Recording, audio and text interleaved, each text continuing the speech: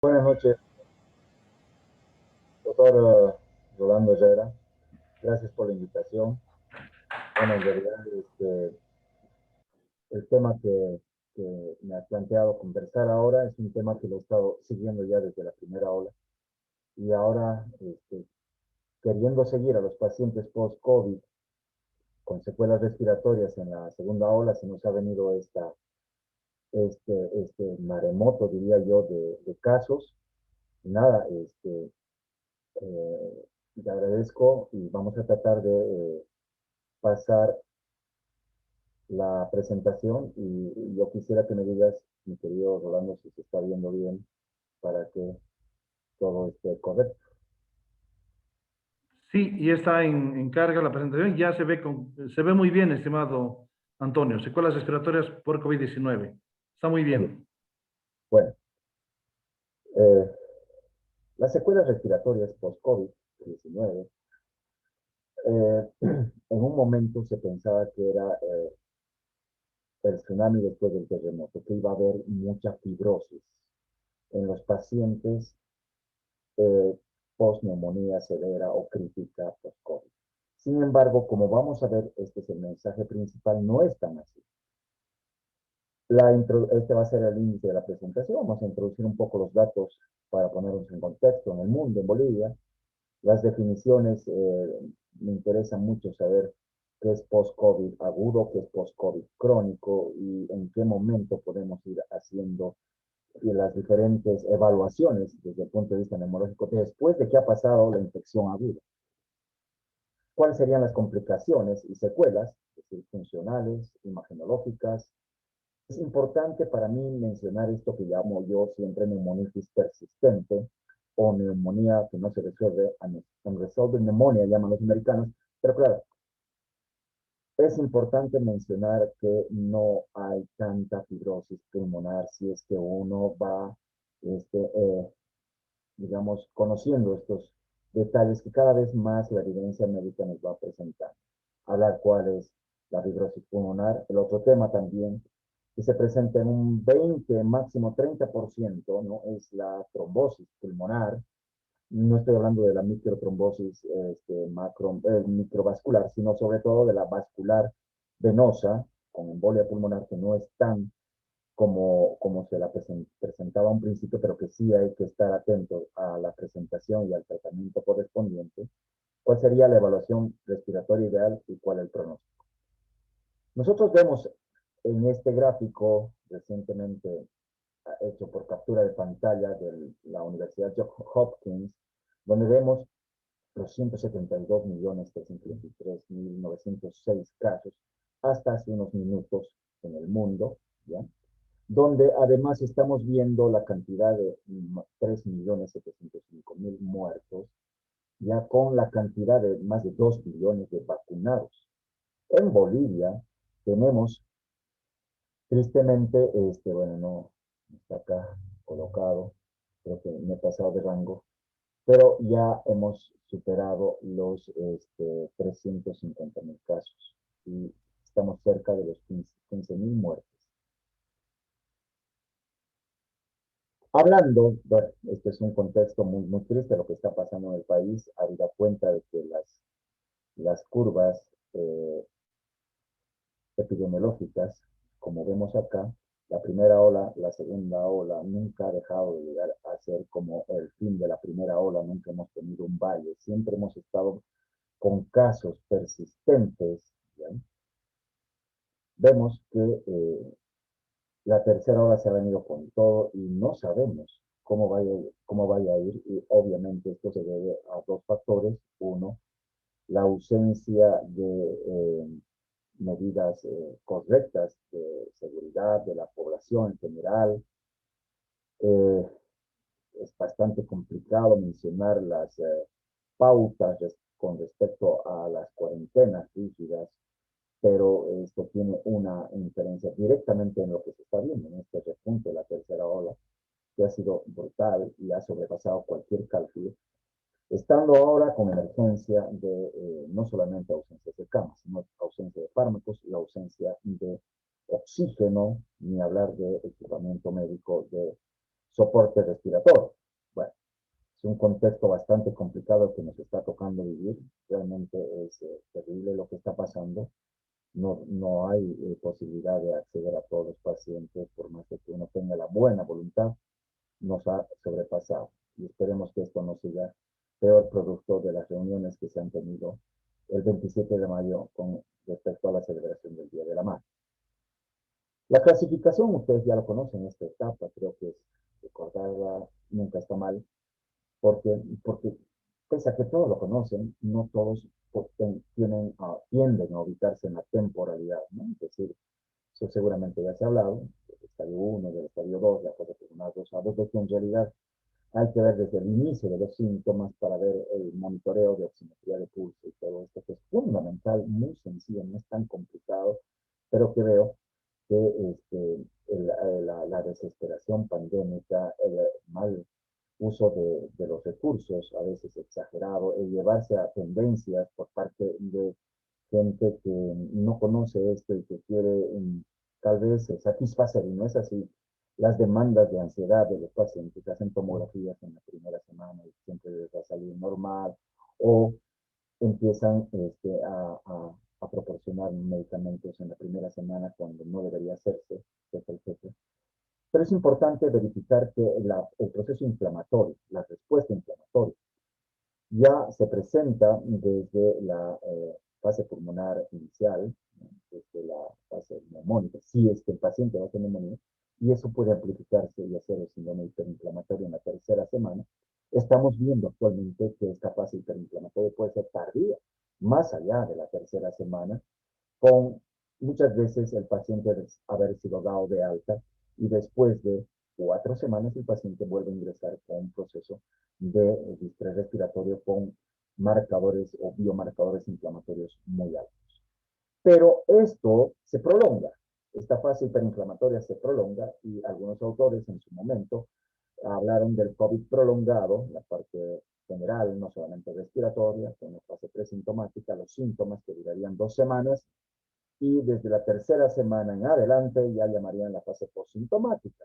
Actualmente ha salido publicaciones en la British Medical Journal donde podemos claramente definir cómo podría estar asociado las fases del COVID agudo y el COVID posagudo, donde el COVID agudo tendríamos inclusive en la fase presintomática, la fase, digamos, antes de la neumonía, o antes del cuadro viral propiamente dicho, la probabilidad de tener el contagio, y ustedes lo saben muy bien, que puede darse inclusive 2 días o inclusive un poco más antes de los síntomas, el contagio y la positividad del PCR es positiva. Todo esto dura habitualmente, si es que el paciente hace un cuadro de neumonía, ¿no? Dura de 2 a 3 semanas y ellos consideran el post-COVID después de la cuarta semana, cuando ya tenemos PCR negativo.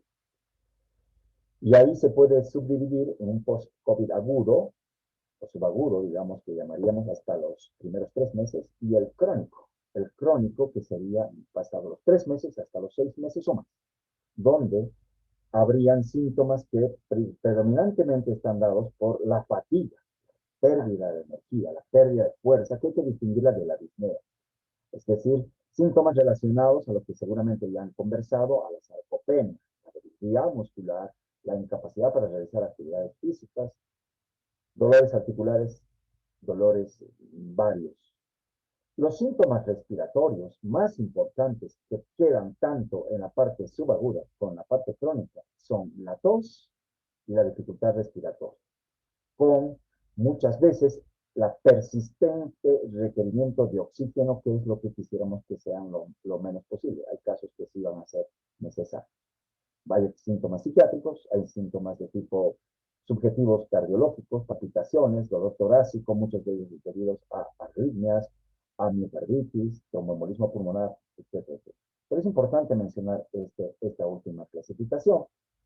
Con respecto a las complicaciones, vamos a tener que definirlas entre complicaciones agudas, ¿no?, que básicamente son la neumonía y la neumonitis persistente, más el tromboembolismo pulmonar, ¿no?, y el distrés respiratorio, versus el posagudo, el síndrome posagudo que tienen los síntomas de disnea, que hay que ver si se debe a una neumonitis persistente no bien tratada o a eventos cardiovasculares, o no es disnea, simplemente es desacondicionamiento físico o esto que llamamos síndrome de fatiga crónica y tos crónica. Esos serían los síntomas más predominantes del post-COVID, tanto subagudo como crónico.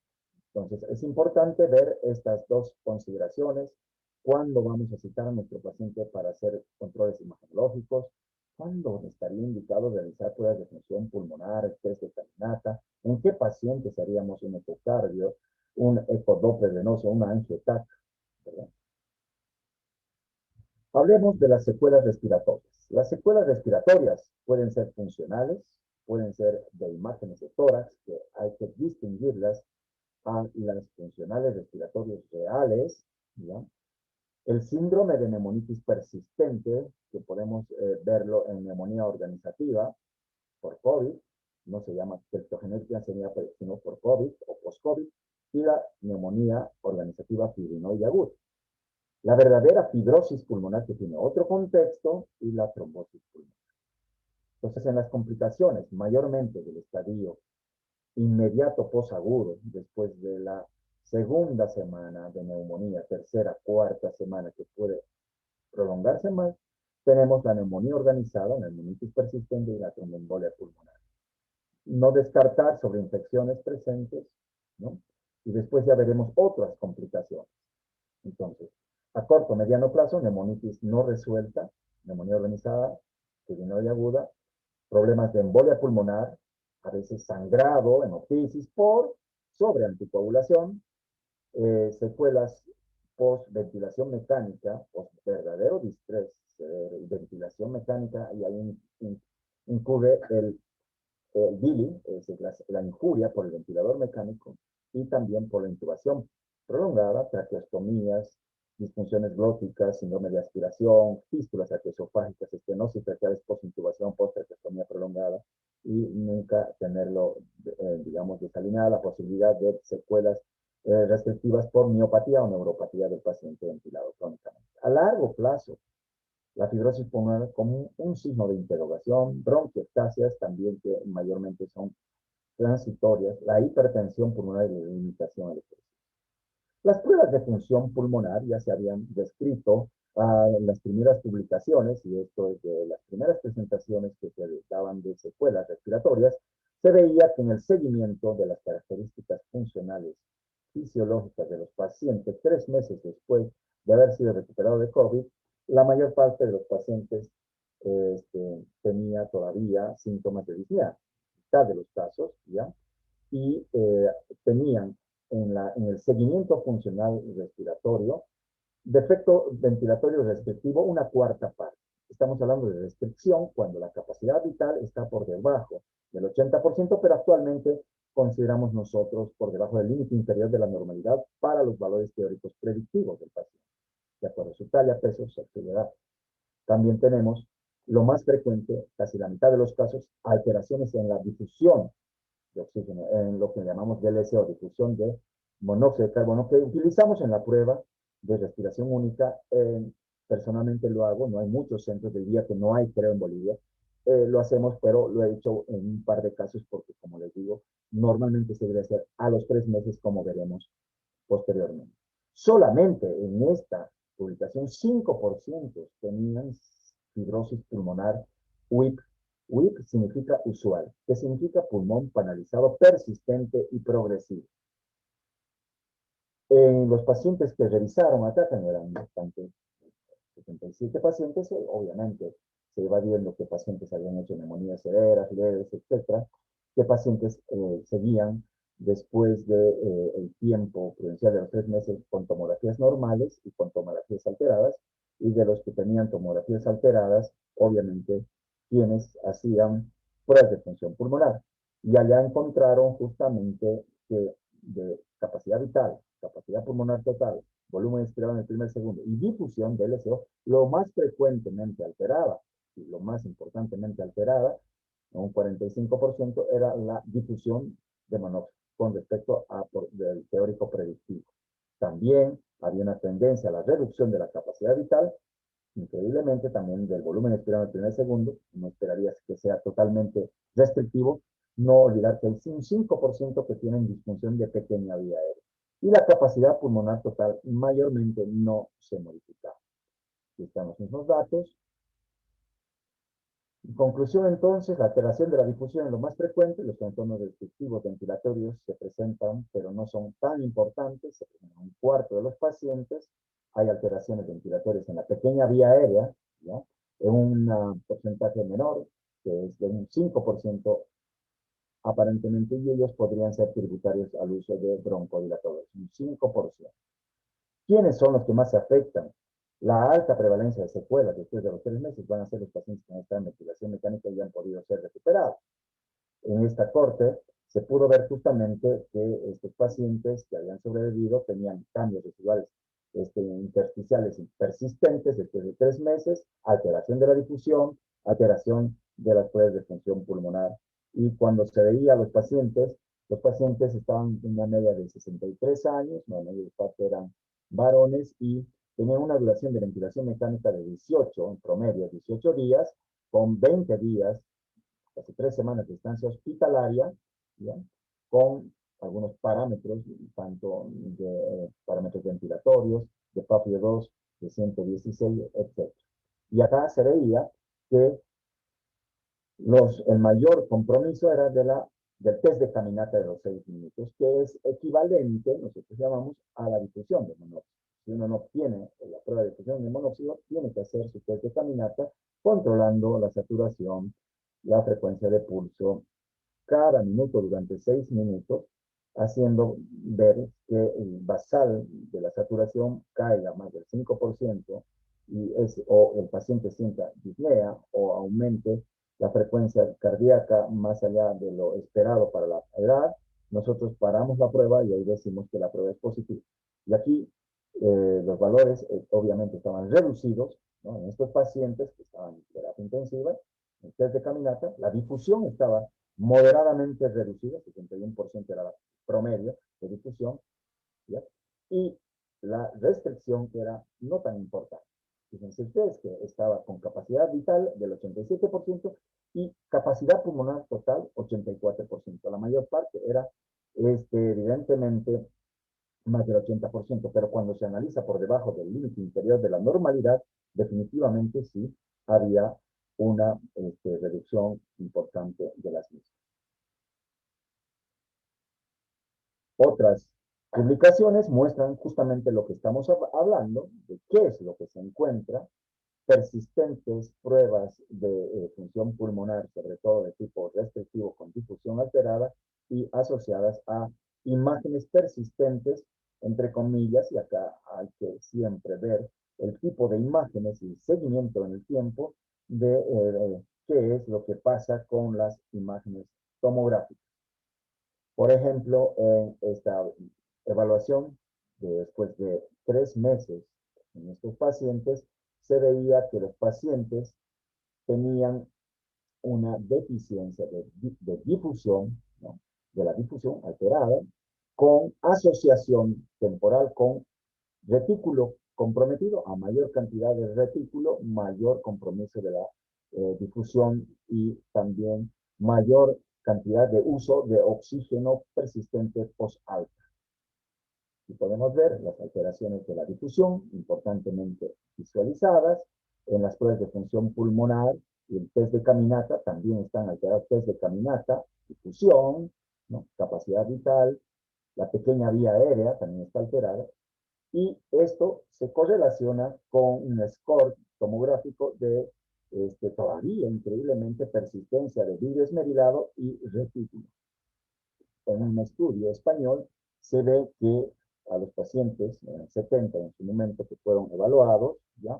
Para ver la temporalidad de los cambios tomográficos, en estos de 90 fueron evaluados 70, y se veía estas tomografías al momento del alta, donde habían vidrio despulido, había todavía asociación de vidrio despulido con condensación, retículo, Sus pacientes a las 6 u 8 semanas post-alta, solo a los pacientes que todavía tenían radiografía de tórax patológica, ¿ya? Se vio que el 84% estaban todavía con tomografías patológicas. ¿Y qué se notaba ahí? Que todavía persistía el video despulido como un importante dato, impresionante. Bandas subpleurales, retículo, nódulos y consolidaciones en un mínimo porcentaje. Cuando uno va viéndola en porcentaje, la extensión eran los más importantes en menos del 25%, los más menos, o sea, 7% tan solo eran más del 50% en la extensión de estos pacientes. Lo que les preocupaba eran estas secuelas duraderas que puedan estar asociadas a una probabilidad de fibrosis pulmonar con respecto a ese porcentaje de extensión pulmonar, ¿no? Que sumados los leves y moderados, los severos y moderados podrían ser importantes. ¿Qué pasaría después? Y ellos quedaron con signos de interrogación, perdón. También esto de la temporalidad, se veía que los pacientes al momento del alta y 4 semanas después, ya en China, todavía persistían con vídeo despulido y habían datos de reticulación. Dejamos esto para entrar a algunos conceptos que me parecen muy importantes, que en neumonía nosotros los manejamos en neumonía comunitaria, como las secuelas de las neumonías, ¿no? La clínica, evolución natural, velocidad de resolución radiológica, y hay términos que manejamos. Neumonía no resuelta, neumonía de lenta resolución, neumonía que no responde al tratamiento, neumonía progresiva. Hay muchas definiciones en el contexto de una neumonía comunitaria y nos quedamos con la neumonía progresiva como algo que está empeorando. Y suele pasar en esta neumonía. Uno tiene que estar nunca tranquilo y tiene que estar monitorizando la probabilidad de distrés. De distrés, de un síndrome hiperinflamatorio, de una tromboembolia pulmonar, de una sobreinfección pulmonar, pero sobre todo del distrés. Es decir, es esa progresión que se sabe ahora que está genéticamente predispuesta ya y se sabe que el paciente antes de entrar, ojalá tuviéramos algún tipo de marcador o un tipo o un fenotipo o un inmunotipo medible, sabedor de que este paciente va a estar mal desde entrada. Eso es lo que nos están enseñando los seminarios, que estos pacientes ya se sabe que van a entrar mal desde entrada, pero tenemos que monitorizarlos porque no lo sabemos, ¿no? Es una neumonía progresiva y la neumonía que no resuelve es la neumonitis persistente que hablamos nosotros para diferenciar en la neumonía que no resuelve es aquella que tiene clínica sobre todo de infección con fiebre y síntomas, ¿ya? Después de haber iniciado 72 horas después del tratamiento. En el caso de la neumonitis persistente, son lo que nosotros vamos a hablar. En el caso de la neumonía, esta que yo estoy hablando de que no está respondiendo, una bacteriana, para diferenciarla de esta neumonía por COVID, que hay que tomar un cambio radical en el proceso. ¿Qué significa? Tenemos que cultivar, rotar antibióticos. Este no es el caso de nuestra neumonía, porque no hay un antiviral o un antibiótico que tendríamos que utilizar.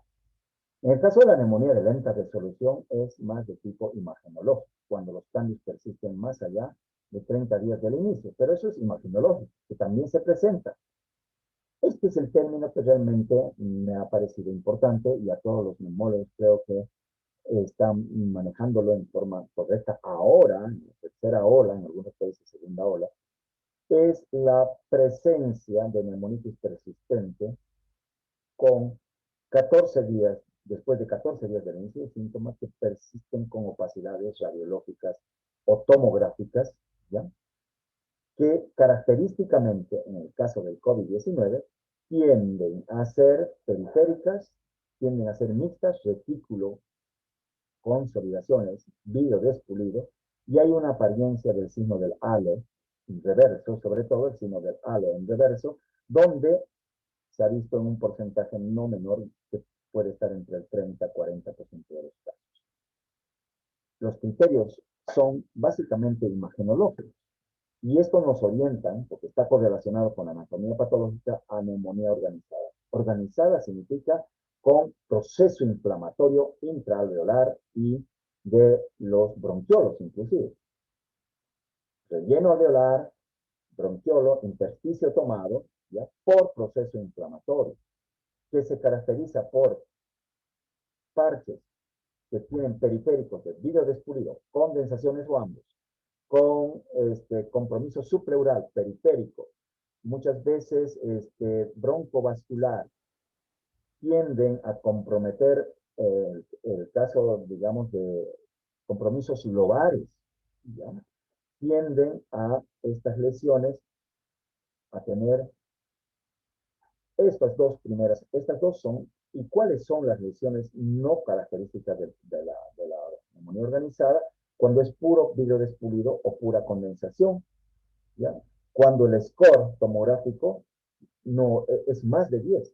En el caso de las condensaciones lobares, con un score menos de 10 tomográfico, estamos hablando de una posible neumonía organizada, ¿ya? Y cuando hay un engrosamiento bronquial o bronquiolar, ¿no? Con consolidaciones en vidrio despulido, tampoco sería compatible con lo que llamamos neumonía organizada, que es un rasgo muy característico de las neumonías severas, de las neumonías críticas, que quedan con esto que llamamos imágenes persistentes, que no es lo mismo que hablar de fibrosis.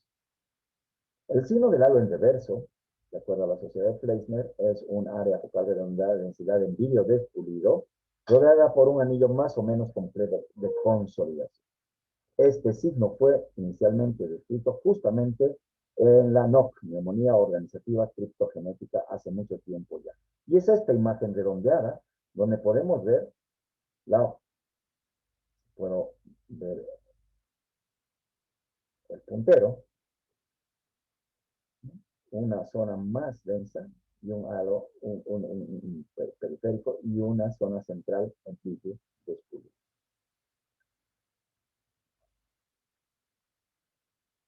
El signo de las alas de murciélago también, esto que se ve edema, contrario al edema pulmonar, es más bien el signo de las alas de murciélago inverso, se llama, también es otro síntoma que se ha podido ver en otro tipo de patologías, como la neumonía eosinofílica, que era característica, pero también se encuentra en la neumonía organizativa criptogenética. Algunas de las características de autores como el doctor Sellares del Clínic de Barcelona mencionan algo que es importante. Estos pacientes, clínicamente, muchos de ellos tienen elevaciones importantes de los D-dímeros y elevaciones no tan importantes de la ferritina, ¿ya? No tan importantes de la PCR ni la deshidrogenasa láctica, ¿ya? Y obviamente tienen que tener biomarcadores ausentes o carentes de infección bacteriana como la procalcitonina, y algo que también nos preocupa es la aspergilosis invasiva o semi-invasiva con el biomarcador galactomananos que estamos haciendo ya en el medio y que también tendríamos que verlo negativo.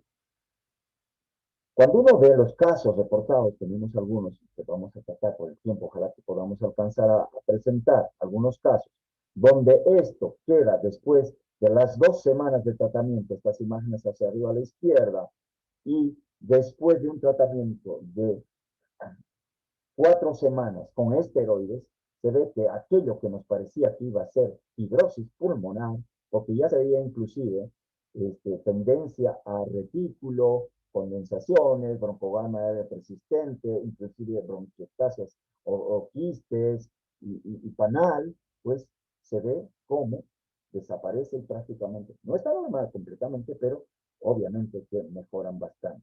Acá hay otros casos, un sinfín de casos, donde acá también se pueden ver condensaciones periféricas y basales que terminan con bronquiectasias, ¿no? Que pueden ser algo persistente y que en el tiempo hay algunas publicaciones que muestran que también desaparece. Cuando se ha estudiado, en los pocos casos que se ha estudiado, se ha encontrado esta terminología, no solamente que es exclusiva, ojo, del COVID, sino de otro tipo de infecciones, ¿no? Desde la influenza y otras infecciones, la neumonitis fibrinoide, con neumonía organizada con neumonitis fibrinoide aguda, es decir, además de encontrar células inflamatorias de tipo mononuclear dentro del alveolo se encuentra una cantidad de material fibrinoso, teñido, ¿no? Que hace que se condensen zonas y partes de alveolos. Entonces ya se ha estado viendo justamente esta condición como una especie de evolución de estas neumonías, ¿no? Y no llegaría a ser lo que conocemos como fibrosis pulmonar. Hay varias publicaciones. Esta sería, digamos, lo que llamamos los guías de seguimiento en la anatomía patológica de la injuria pulmonar del distrés, ¿no? Edema, membranas hialinas en los primeros 7 días. Luego empieza la fase, digamos, organizativa, donde hay hiperplasia de los neumonocitos tipo 1. Y por último entraría la fase, digamos, hidrótica intersticial. Pero nosotros encontramos esta fase organizativa que puede ser pasible de una mejoría posteriormente. De ahí que muchos autores la llaman la fase patológica tardía de llamada de neumonía fibrinoide aguda, neumonitis organizativa fibrinoide aguda, en esta fase hiperinflamatoria. Y claro, hay estudios que avalan esta situación donde se ha estudiado por anatomía patológica y se ha encontrado esto que llamamos neumonía fibrinoide aguda. También se han encontrado otros datos como el daño alveolar difuso y hay que ver otras opciones también. Neumonía organizada, aparentemente, sin compromiso fibrinoso dentro del alveolo, sería más temprano que una organización con material de fibrina, que esto sí podría ir a la fibrosis pulmonar. Y la hipótesis del doctor Sellares del Clínic de Barcelona es justamente esto, ¿no? Un daño alveolar difuso exudativo, clásico de un distrés, no COVID, daño alveolar proliferativo iría a la muerte y fibrosis pulmonar. Pero ojo con este tipo de evolución. Neumonía organizativa, ¿no? Con buena respuesta a los corticoides, pasa el tiempo, esto se va llenando de material fibrinoide, ¿ya? Y ya no tienen tan buena respuesta a los corticoides. Y si esto definitivamente ellos no puede ser tratado, pues podría ir, sí, esta vez a la fibrosis pulmonar, teniendo en cuenta esta fisiopatología, el remodelado pulmonar, ¿no es así?, con progresión del daño por injuria persistente. Esto lo ha escrito el doctor Selman, donde habla que los efectos proinflamatorios y profibróticos del virus ¿no? Que tiene que ver con la proteína justamente viral, con el estrés del retículo endoplásmico, con el perfil de expresión genética de poblaciones mieloides alteradas, haría que podría ser la génesis de un desbalance entre factores persistentemente inflamatorios y sobre todo profibróticos. El doctor Sellares también menciona que en este tipo de neumonías organizadas, neumonías fibrinoides agudas, la respuesta a los corticoides que no deberían pasar de 0,5 miligramos kilo peso día, máximo 1, pero 0,5 miligramos kilo peso día por la metilprednisolona o prednisona podría ser dado por varias semanas teniendo en cuenta buenos resultados. No se sabe muy bien y vamos a esperar cuáles son los resultados de todos los estudios que está haciendo justamente este mes. Entonces, la opinión personal es que, como todos sabemos nosotros, funciona muy bien los corticoides mientras el paciente tenga datos de neumonía. Desafortunadamente, eso todavía no lo podemos pesquisar. Vemos pacientes todavía en la fase de réplica viral con dexametasona. Y eso no es posible porque sabemos que aumenta la réplica viral. Eso es terrible. En la fase neumónica sí se puede dar corticoides. Hay algunos esquemas, ¿no? Esquemas que utilizan dexametasona, como el recovery, 6 miligramos día durante 10 días, o su bioequivalente con respecto a prednisona, con respecto a metilprednisolona, no tanto así con hidrocortisona. O hay un esquema que se llama CODEX, recientemente publicado, donde se da, según la intensidad de la inflamación, 20 días, o digo, 5 días de 20 miligramos de prednisona y 5 días de 10 miligramos de prednisona, evaluando cada 72 horas. Entonces, eso es lo que nos habían dicho. Pero hay que tener en cuenta que esto se puede extender. Se puede extender en una fase, digamos, de un COVID post-agudo, ¿no? Para verificar esto que llamamos neumonitis persistente, que no debería pasar, en el máximo de los casos, de 1 a 2 meses este tratamiento con corticoides siempre evaluado descartando la probabilidad de sobreinfección. Doctor Herrera, si usted me tiene que cortar, me corta, porque yo tengo que pasar a presentar ahora algunos casos personales. Tenemos tiempo, estimado doctor López. Tenemos acá un paciente de 52 años, masculino, sin comorbilidades, joven, ya que progresa rápidamente, se estresa en cuestión de 72 horas, con FAFIO 2, era de 150 y con tendencia a bajar. El paciente es sometido a cánula de alto flujo y vemos estos infiltrados que en su momento no podíamos diferenciar entre lo que es extensión de lo que es repercusión funcional. Una cosa es la extensión, que puede ser 70%, puede ser 80%, y otra cosa es la repercusión de estas imágenes en la función, en la frecuencia respiratoria, en el trabajo respiratorio, en la mecánica respiratoria y en el FAFIO2. Acá se deberían ver infiltrados de tipo mixto, intersticios cinares, periféricos. Estaba el paciente con cánula de alto flujo y, claro, la idea era de que este paciente iba a ser intubado por la extensión de los casos. El caso se le dio pulsos de esteroides, cánula de alto flujo, y una semana después, la sorpresa fue de que esto que se pensaba que iba a ir a progresión de un pulmón totalmente blanco, pues no, mejoró y con, si bien es cierto, no está completamente normal, pero esas imágenes compuestas, mixtas, intersticiales, se ve que mejora en el tiempo. Este mismo paciente fue evaluado posteriormente, funcionalmente, ya cuando había pasado los 3 meses y tenía una capacidad vital del 61%, que tenía debilidad muscular, le había pedido su médico, y nosotros hicimos a los 2 meses unas pruebas de función pulmonar y encontramos que había mejorado al 72%. Hoy por hoy el paciente se encuentra muy bien. Otro caso, una paciente de 76 años, femenina, diabética, hipertensa, que estuvo con neumonía moderada por requerimiento de oxígeno, 50-60% de FIO2, mascarilla con bolsa de reservorio, pero que en la evolución empezaba a presentar fiebre persistente y opacidad izquierda, que la consideramos como dos cosas, o una sobreinfección bacteriana al ser diabética, o una inclusive parecía masa tumoral. Cuando hacemos tomografía, se ve una condensación localizada en la língula, con broncograma aéreo. Y claro, diabética, uno piensa que fue en la primera ola, y vemos broncograma aéreo importante, pensamos claramente que la paciente estaba con sobreinfección, hacemos broncoscopía de la misma lesión, guiada con fluoroscopía, y nos encontramos con el proceso inflamatorio importante de la mucosa, con secreciones mucosas, eh, al lavado broncoalveolar, mucosa, o sea, era transparente, bastante proceso inflamatorio en la língula. ¿Ya? Procedemos a la biopsia, en este caso, inclusive podíamos encontrarnos hasta con una neoplasia, digamos. Pero grande fue nuestra sorpresa que la biopsia nos dice que es compatible con un proceso inflamatorio crónico aquí, sin neoplasia, la tuberculosis, la micosis, que también era una de las cosas que pensábamos, y infección bacteriana, todo fue negativo.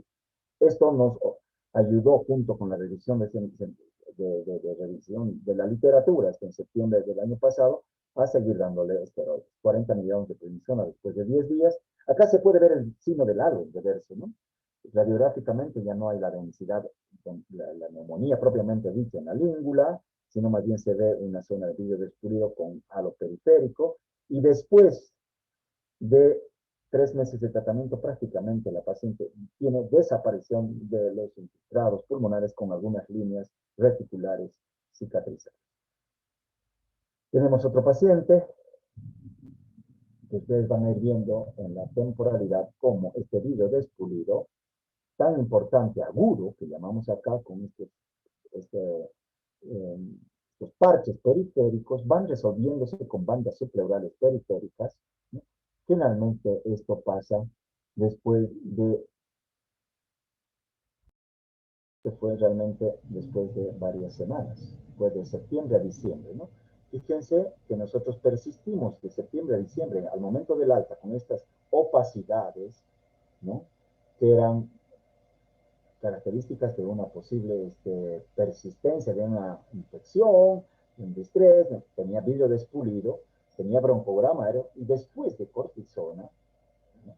Que lo hemos ido bajando, 40 miligramos, un mes, 30, 10 días, 20, 10 días, vamos bajando progresivamente, el paciente tiene desaparición con persistencia de esta otra cosa, que son pequeñas opacidades hiperclaras, que son neumatoceles o son quistes que hay que ir siguiéndolos en el tiempo. Esta es la causa, muchas veces, estas imágenes quísticas o de tipo nematoceles, de neumotórax, neumomediastino espontáneo, sin necesidad de ventilación mecánica, invasiva o no invasiva, ¿no? Por eso es que estas imágenes que a veces encontramos en el post-COVID o después de la segunda semana, hacen de que nuestro paciente tenga que tener mucho cuidado con la fisioterapia, sobre todo con el clásico tapoteo. Los pacientes, tenemos una importante secuencia donde nuestros pacientes que han estado de agosto a diciembre, fíjense esto, aparte de haber retratado con los 10 días de dexametasona, ¿no? El antiviral correspondiente, hemos usado remdesivir en este paciente, la tromboprofilaxis, el seguimiento de biomarcador, el prono, digamos, intenso, que hacemos 12, 16 horas en la mayor parte de los casos con oxígeno monitoreado. Este paciente, fíjense, fue dado de alta y seguimos con esteroides. Una cosa tan que en su momento pensábamos que el paciente podía llegar a fallecer, pero fuimos persistentes y nos remitimos a la literatura, descartando sobreinfecciones con oxígeno domiciliario. Podemos ver, teniéndolo semanas y o meses hospitalizado, cómo el paciente en esta extensión, ¿no? Cosa que en un momento nos asustaba y decíamos que se va a fallecer, pues no, no. Nos, nos ha ido relativamente. Con respecto a la trombosis vascular pulmonar, se presenta, se sabe muy bien, entre el 20, máximo el 30% de los casos. Es importante ver que la mayor parte son trombosis microvascular, que no son visualizadas en una angioTAC normal, porque esta justamente son compromisos de la angiopatía periférica, ¿no? Con vasitos que se van produciendo con trombosis múltiples, que inclusive pueden ser causa de esas opacidades en vidrio despulido. Eso, hay teorías que hablan de eso, que está relacionado con los parches de vidrio despulido, ¿no es así? Donde se puede ver en este estudio, por ejemplo, que 38% tenían datos de embolismo pulmonar, pero estamos hablando de embolismo pulmonar venoso y arterial microvascular, que no siempre es visualizada en las angiotomografías, sí en las angioresonancias que no tenemos en el medio, y con una tomografía que se llama de energía dual, que se puede verificar justamente estas trombos microvasculares presentes, ¿no? Se ven vasos dilatados, tortuosos, un 64%, y se ven defectos de llenado arterial en un 38% de esta tomografía que valora justamente esto, ¿no? La tomografía de energía dual, alteraciones perfusorias que se ven muy frecuentemente y que son causa de la elevación de los dedímeros, ¿no? De los dedímeros, ¿no?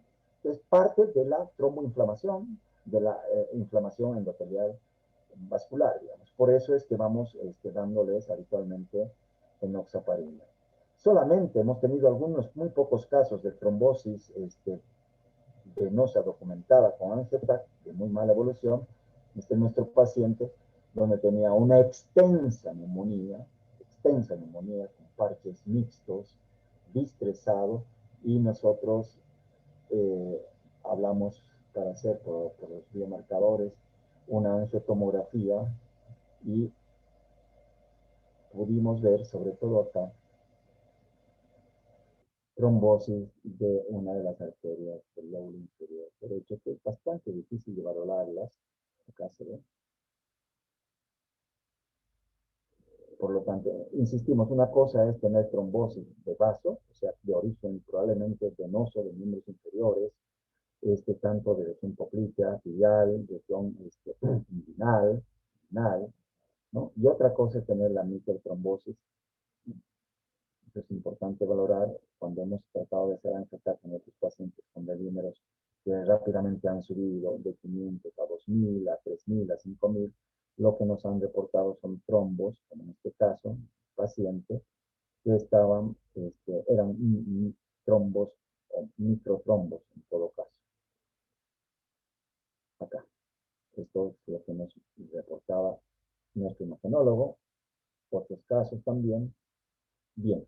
Otras complicaciones son lo que yo les mencionaba, el neumotórax, neumomediastina, enfisema subcutáneo, ¿no?, que ensombrecen el pronóstico y que hay que estar presentes al revisar esta doble línea, esta zona interclara, bordeando el corazón, en mayor o menor grado, la presencia de enfisema subcutáneo, y que, como en este caso, y casos que recientemente hemos tenido, ensombrecen muchísimo el pronóstico y se tiene mucho cuidado.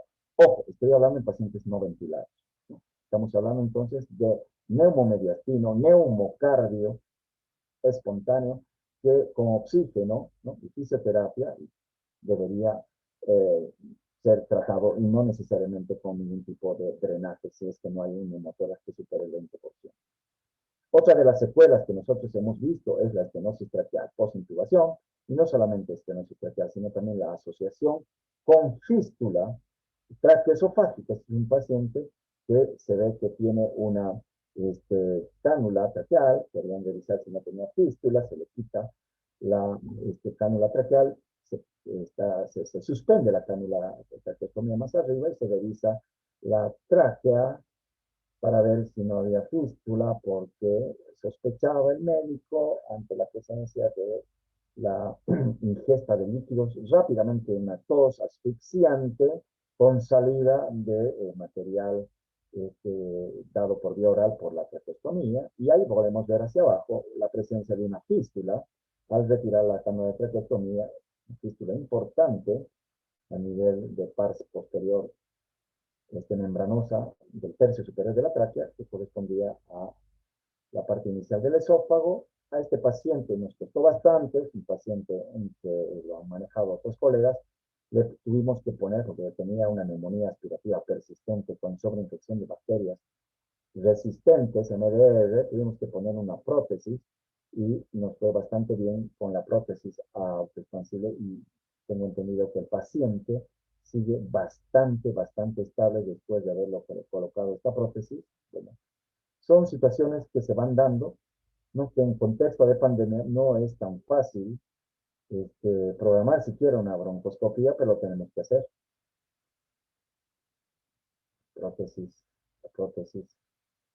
Las secuelas a largo, mediano y largo plazo sería esto que se llama, y que estaba descrito en esta publicación del año pasado, como el tsunami después del terremoto, donde existía el gran temor, justamente por todo esto que ya se ha evaluado en la posibilidad fisiopatológica de que este virus aumente los niveles del factor transformante de crecimiento beta, que active los miofibroblastos a través de esta activación de la angiotensina 2, y estos miofibroblastos activados junto con un acúmulo de la matriz extracelular, más la hiperoxia, más los pacientes ventilados, la injuria por el ventilador mecánico, se produce la fibrosis pulmonar.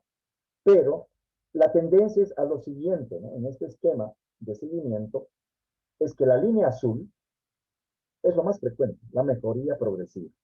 Las lesiones que se mantienen estáticas serían aquellas que no son diagnosticadas como esta neumonitis persistente. Y las progresivas o posibles fibrosis progresivas, actualmente se dice que no superan el 5%. ¿Cuáles serían estos patrones, digamos, de predicción para que saber que un paciente puede llegar a tener una fibrosis persistente, una UIP, eso que produce restricción persistente, que inclusive puede ser tributario del uso de antifibróticos, pirfenidona, nintedanib, que hay pocos reportes en la literatura, pero hay, es el retículo persistente, ¿no?, pese a tratamiento con esteroides de 3 meses posterior a, o sea, tratado con 3 meses de esteroides como una NOPA, y que el paciente tenga una ventilación mecánica. Es un paciente con neumomediastino, y que vemos en la periferia organización, neumonía organizada, y acá ya estamos viendo la tendencia a la formación de panal de abejas en la parte periférica. Y nosotros vamos a ver que además de la condensación, que es una neumonía organizativa, lo hemos tratado como tal, se veía imágenes con esto que Cuesta decir que puede ser fibrosis pulmonar porque hay condensación y esto, cuando se ha estudiado, es neumonía organizada criptogénica. La ecografía pulmonar es algo que estamos haciéndolo frecuentemente.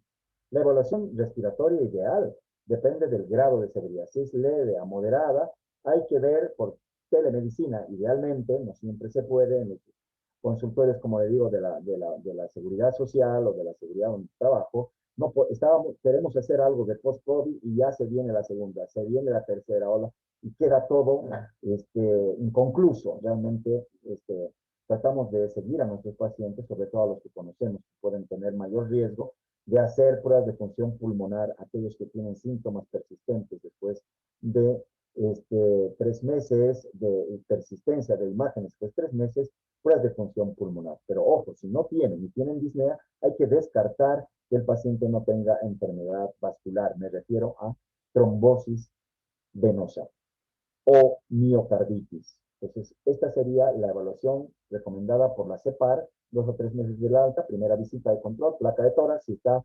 asintomático, espirometría, si está normal, alta.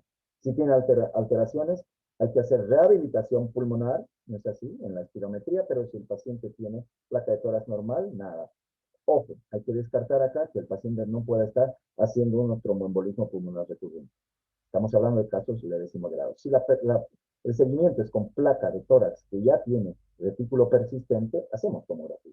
Y si el paciente tiene pruebas funcionales anormales, pues hacemos el tratamiento como tal. Si es que se trata de una neumonitis persistente insuficientemente tratada, probablemente algo de fibrosis tiene que haber, vamos a ir viendo, o, ojo, puede ser que tenga también posibilidades de haber hecho un tromboembolismo pulmonar recurrente.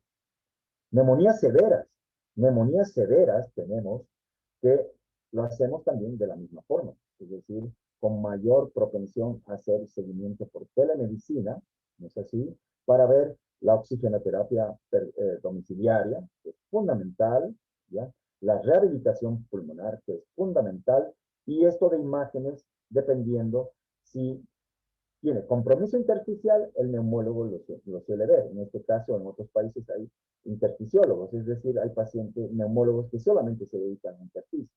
Y si el paciente tiene datos de hipertensión pulmonar con disfunción de cavidades derechas, sin datos de intersticio, considerar, ojo, evaluación por cardiólogo, sobre todo para descartar esta trombosis pulmonar. Por lo tanto, las áreas de incertidumbre es esto, ¿no? Que se dice, no tengo yo la verdad absoluta, ni mucho menos, pero cada vez hay más solidificación de que la fibrosis pulmonar no es tal, como más allá del 5%, que no tenemos que pensar en esto, ¿ya? Y lanzarnos, como yo he visto en muchos lugares, pero en forma totalmente descontextualizada, a pedir antifibróticos, pirfenidona, nintedanib, estoy viendo antiangiogénicos, estoy viendo cosas terribles como si fueran trasplante pulmonar, se están tratando con tacrolimus, ciclofosfamelia, y no hay muy pocos reportes en la literatura, y esto realmente creo que una golondrina no hace verano.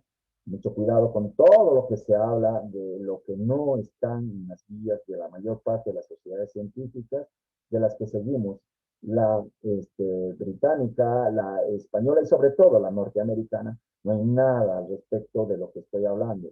Solamente hay de los esteroides en este tipo de tratamiento. Otra cosa es en la fase hiperinflamatoria utilizar otro tipo de inmunomoduladores. Me refiero a antiinterleuquina 1, antiinterleuquina 6. Pero en esto de secuelas no está escrito más que esto. Estoy escuchando gente que va a hablar de la trasplante pulmonar y creo que es muy avesado sin haber hecho la evaluación siquiera funcional o imagenológica correspondiente. Estimado doctor, nos queda un minuto. Bueno, no, yo creo que he terminado. Simplemente mencionar esta situación de lo que estaba mencionando, que las secuelas más frecuentes, voy a tratar de dejar de compartir, son justamente las neumonitis persistentes, que no es fibrosis, el tromboembolismo pulmonar, que la mayor parte es microvascular y arterial o venoso, que la trombosis venosa propiamente dicha, que la evaluación post-COVID debería ser idealmente seguida cada 2 semanas en forma de telemedicina esta temporada y haciendo pruebas funcionales a los 3 meses, ¿no? Con el seguimiento de discriminación de pacientes que tienen secuelas imagenológicas y clínicas, a eso sí, tener más cuidado para distinguir si es intersticial o puede ser de problemas cardiovasculares, que incluye el tromboembolismo pulmonar, la miocarditis, versus las otras, que no, que pueden ser por desacondicionamiento físico. Eso es todo lo que quería compartir con ustedes y estoy dispuesto a absorber sus preguntas. Muy amable, muy gentil, doctor López. Realmente muy importante todo lo que ha mencionado. Obviamente es muy complejo y los médicos de familia obviamente tenemos una información muy importante de parte de usted. Lo que quería preguntarle es la precocidad en la evaluación inicial que hacemos en el consultorio de atención primaria, vale decir, la posibilidad de hacer oximetría, la posibilidad de hacer alguna prueba que usted ha mencionado muy interesante, esa de los 6 minutos, por ejemplo, esa precocidad en el manejo del paciente y la referencia oportuna, ¿qué importancia tiene en el desenlace, en el pronóstico que va a tener un caso de neumonía COVID, por ejemplo? Bueno, en el caso del caso agudo de la evaluación del paciente que está con COVID confirmado y que está en la primera semana, es el tratamiento, como usted sabe, sintomático y entrando después al día 7 y sobre todo en el día 9 y 10, es al paciente empoderarlo positivamente con que se tenga un oxímetro de pulso, que es ahora barato con respecto a otras pruebas. Una tomografía, por ejemplo, no tiene sentido hacer.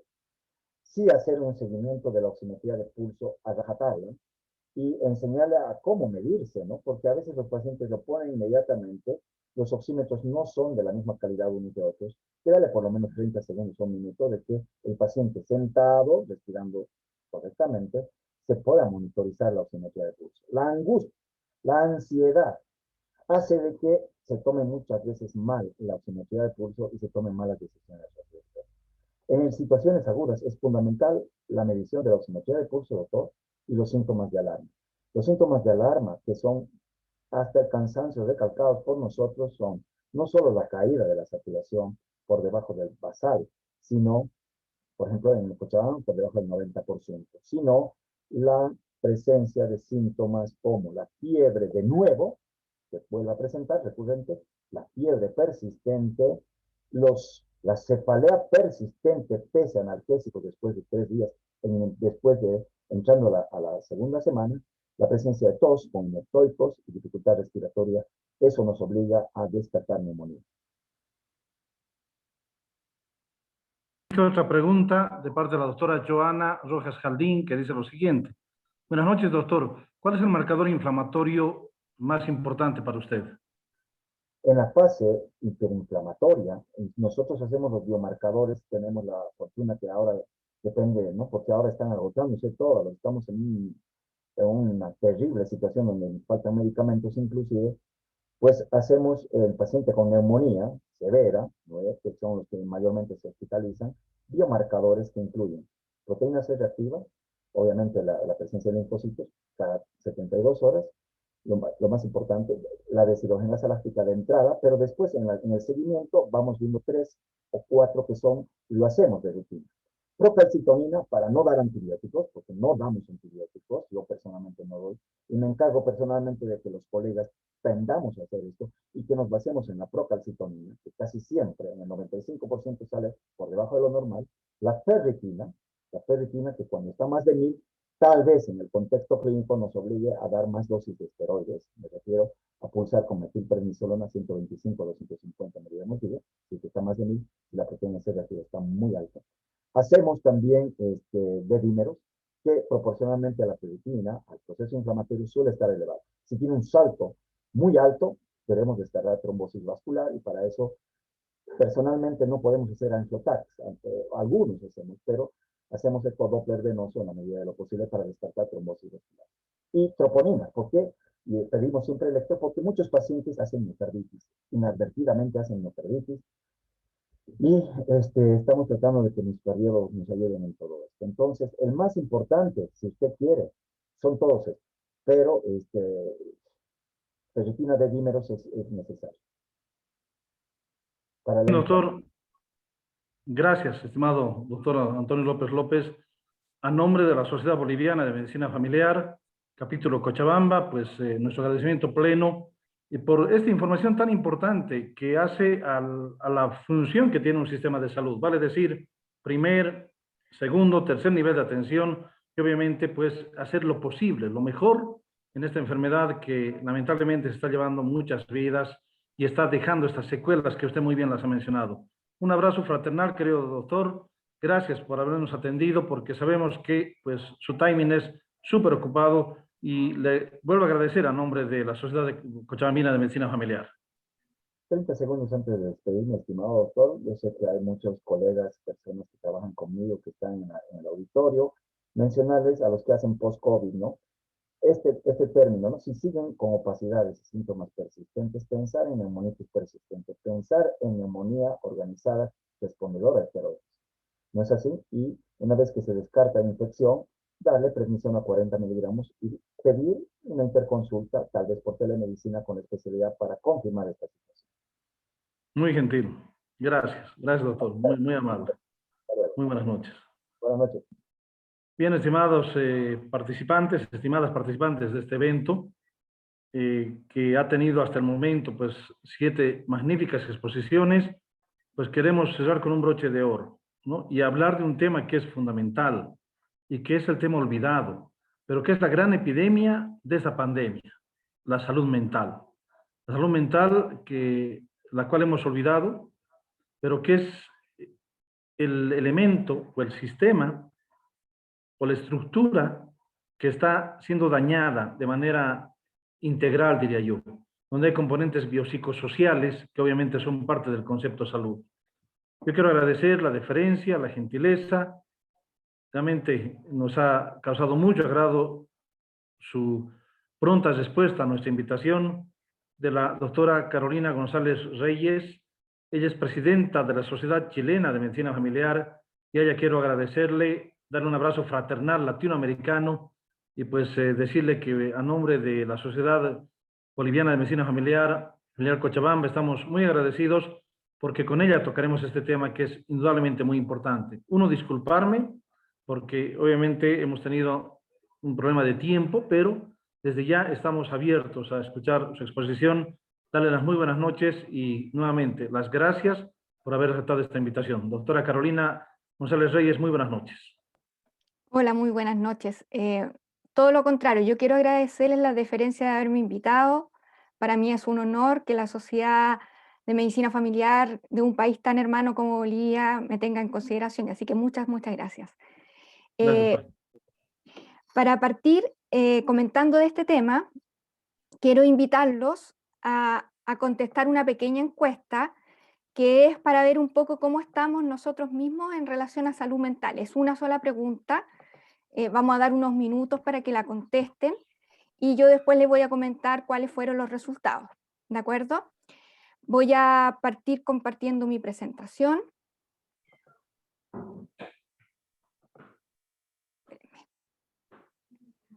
Aquí se me fue ya. Entonces, vamos a hablar de este tema, como decía el doctor, tan importante como el impacto de la pandemia del COVID-19 en la salud mental.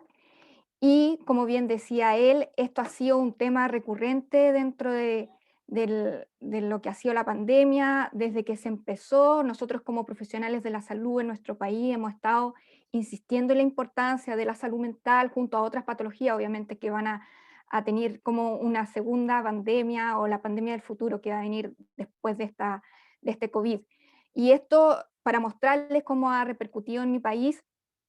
Este es un diario de circulación nacional que, para los que lo conocen, es El Mercurio, y obviamente ahí hace mención que el presidente está preocupado de lo que significa la salud mental al futuro de nuestro país, ¿ya? Ahora, también esto ha repercutido en las publicaciones a nivel académico. Si uno busca con algunos términos en PubMed, se ve que se encuentran alrededor de casi 2000 publicaciones hasta hace poco. Y por lo tanto es un tema que se está conversando, se está hablando, se está tratando de estudiar. Muchos de los estudios sí se han hecho en China, y por lo tanto hay algunas cosas que tenemos que tener cuidado al momento de generalizarlas, pero se siguen estudiando. También es importante decir que muchas publicaciones son en relación a la experiencia que se tuvo con otras pandemias, no solamente con esta del coronavirus, sino que también en relación a las pandemias anteriores, ébola, H1N1, el SARS, etcétera, ¿ya? Ahora, cuando uno ve la cantidad de publicaciones, uno dice, bueno, veamos cuándo realmente son investigaciones actuales, y uno, a pesar de la cantidad de publicaciones, encuentra que hay solo 9 artículos de investigaciones clínicas. O sea, hay mucha correspondencia, hay mucha carta al editor, pero pocas publicaciones todavía como duras en relación al coronavirus, ¿ya? Y un montón de revisiones, pero estas revisiones, como le digo, también contabilizan lo que son revisiones de las publicaciones anteriores, de las otras pandemias. Entonces, voy a dejar de compartir mi pantalla para ir a ver un poco los resultados de la encuesta, y les comento al tiro cómo nos fue. Déjenme ver.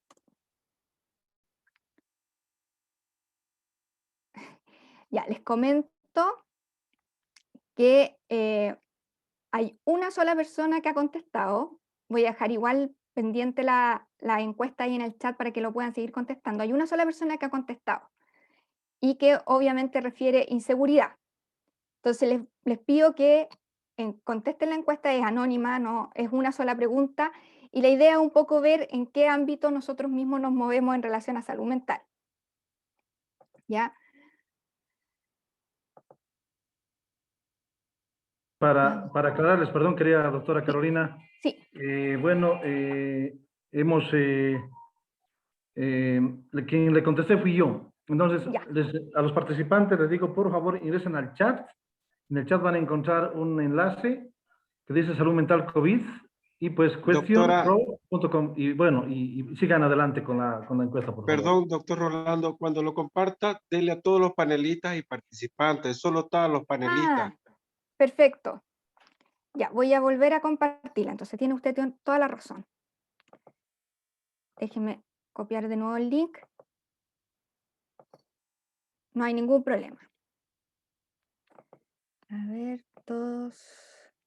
Tiene toda la razón. Con razón yo ya Perfecto. creí que era un genio, sí. Sí, no se preocupe. Ahora sí. Entonces, en unos minutos más vamos a volver a revisar y ahí vamos a ver qué hemos contestado nosotros mismos. Muchas gracias por la aclaración. Entonces, voy a volver a compartir la pantalla para continuar un poco con el tema que nos convoca.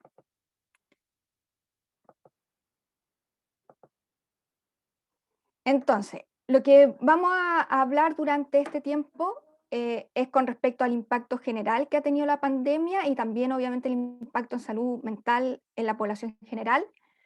Vamos a hablar también del impacto en algunos grupos en específico, y vamos a hablar de las intervenciones que pudiéramos hacer para mejorar esta salud mental.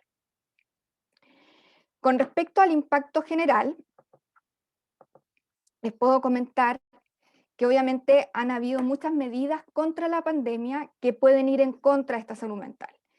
Estas medidas incluyen prohibiciones de viajes, típico que nosotros teníamos vacaciones, viajes programados con anticipación al extranjero, y todo eso se vio rápidamente cortado cuando nos entró la pandemia a nuestro país, ¿ya? Por otro lado, hubo cierre de escuelas, lo que provocó un gran disturbio, especialmente en los niños. Hubo restricción de las reuniones con aforos acotados, por lo tanto ya no nos podíamos juntar en cosas sociales con mucha gente, tampoco ir a recitales, o sea, se nos cortaron varias actividades. Hubo toques de queda, en la noche ya no podíamos salir, y también hubo estos cierres completos que nosotros le llamamos cuarentena, que significa quedarse completamente encerrado en casa y con suerte salir con algunos permisos especiales a situaciones muy específicas. Entonces, ¿qué ocurrió?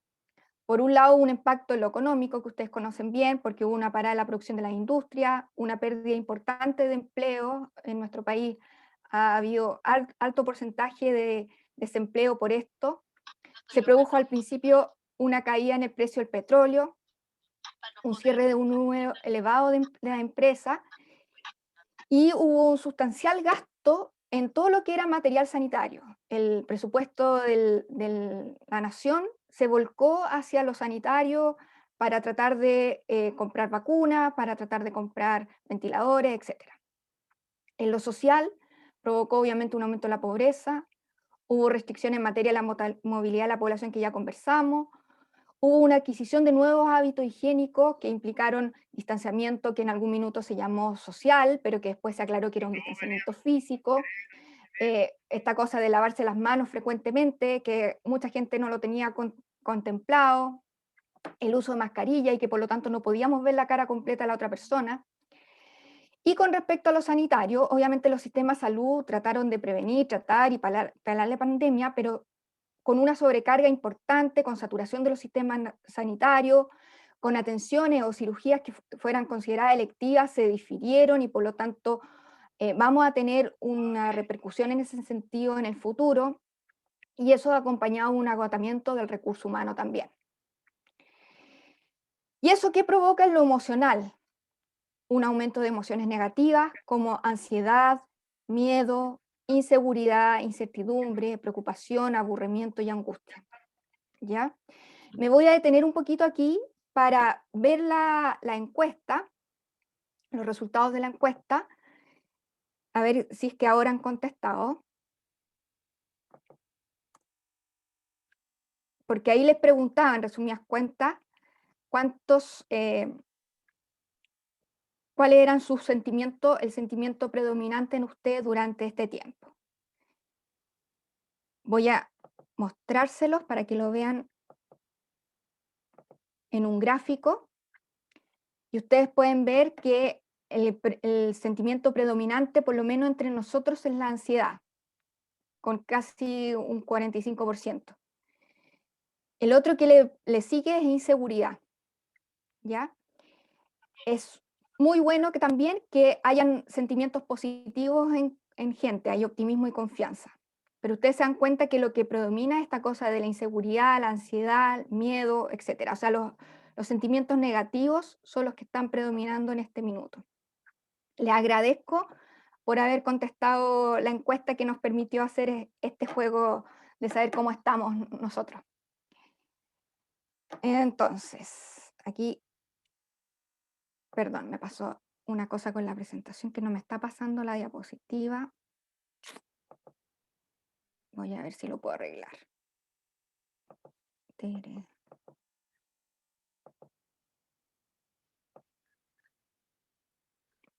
Acá está.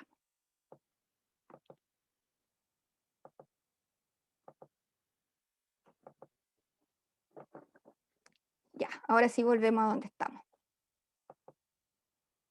Entonces, ¿por qué ocurre esto? Porque hay una percepción de riesgo en la población de la integridad física y de la integridad psicológica propia y de la comunidad, de las organizaciones en las que participamos y los grupos sociales por esta enfermedad pandémica. Y esto obviamente alteró el ciclo vital de las personas. Con respecto a la magnitud del problema, resulta que por ahora algunos estudios han mostrado que el número de visitas por depresión o ansiedad a equipos de salud mental no ha aumentado, ¿ya?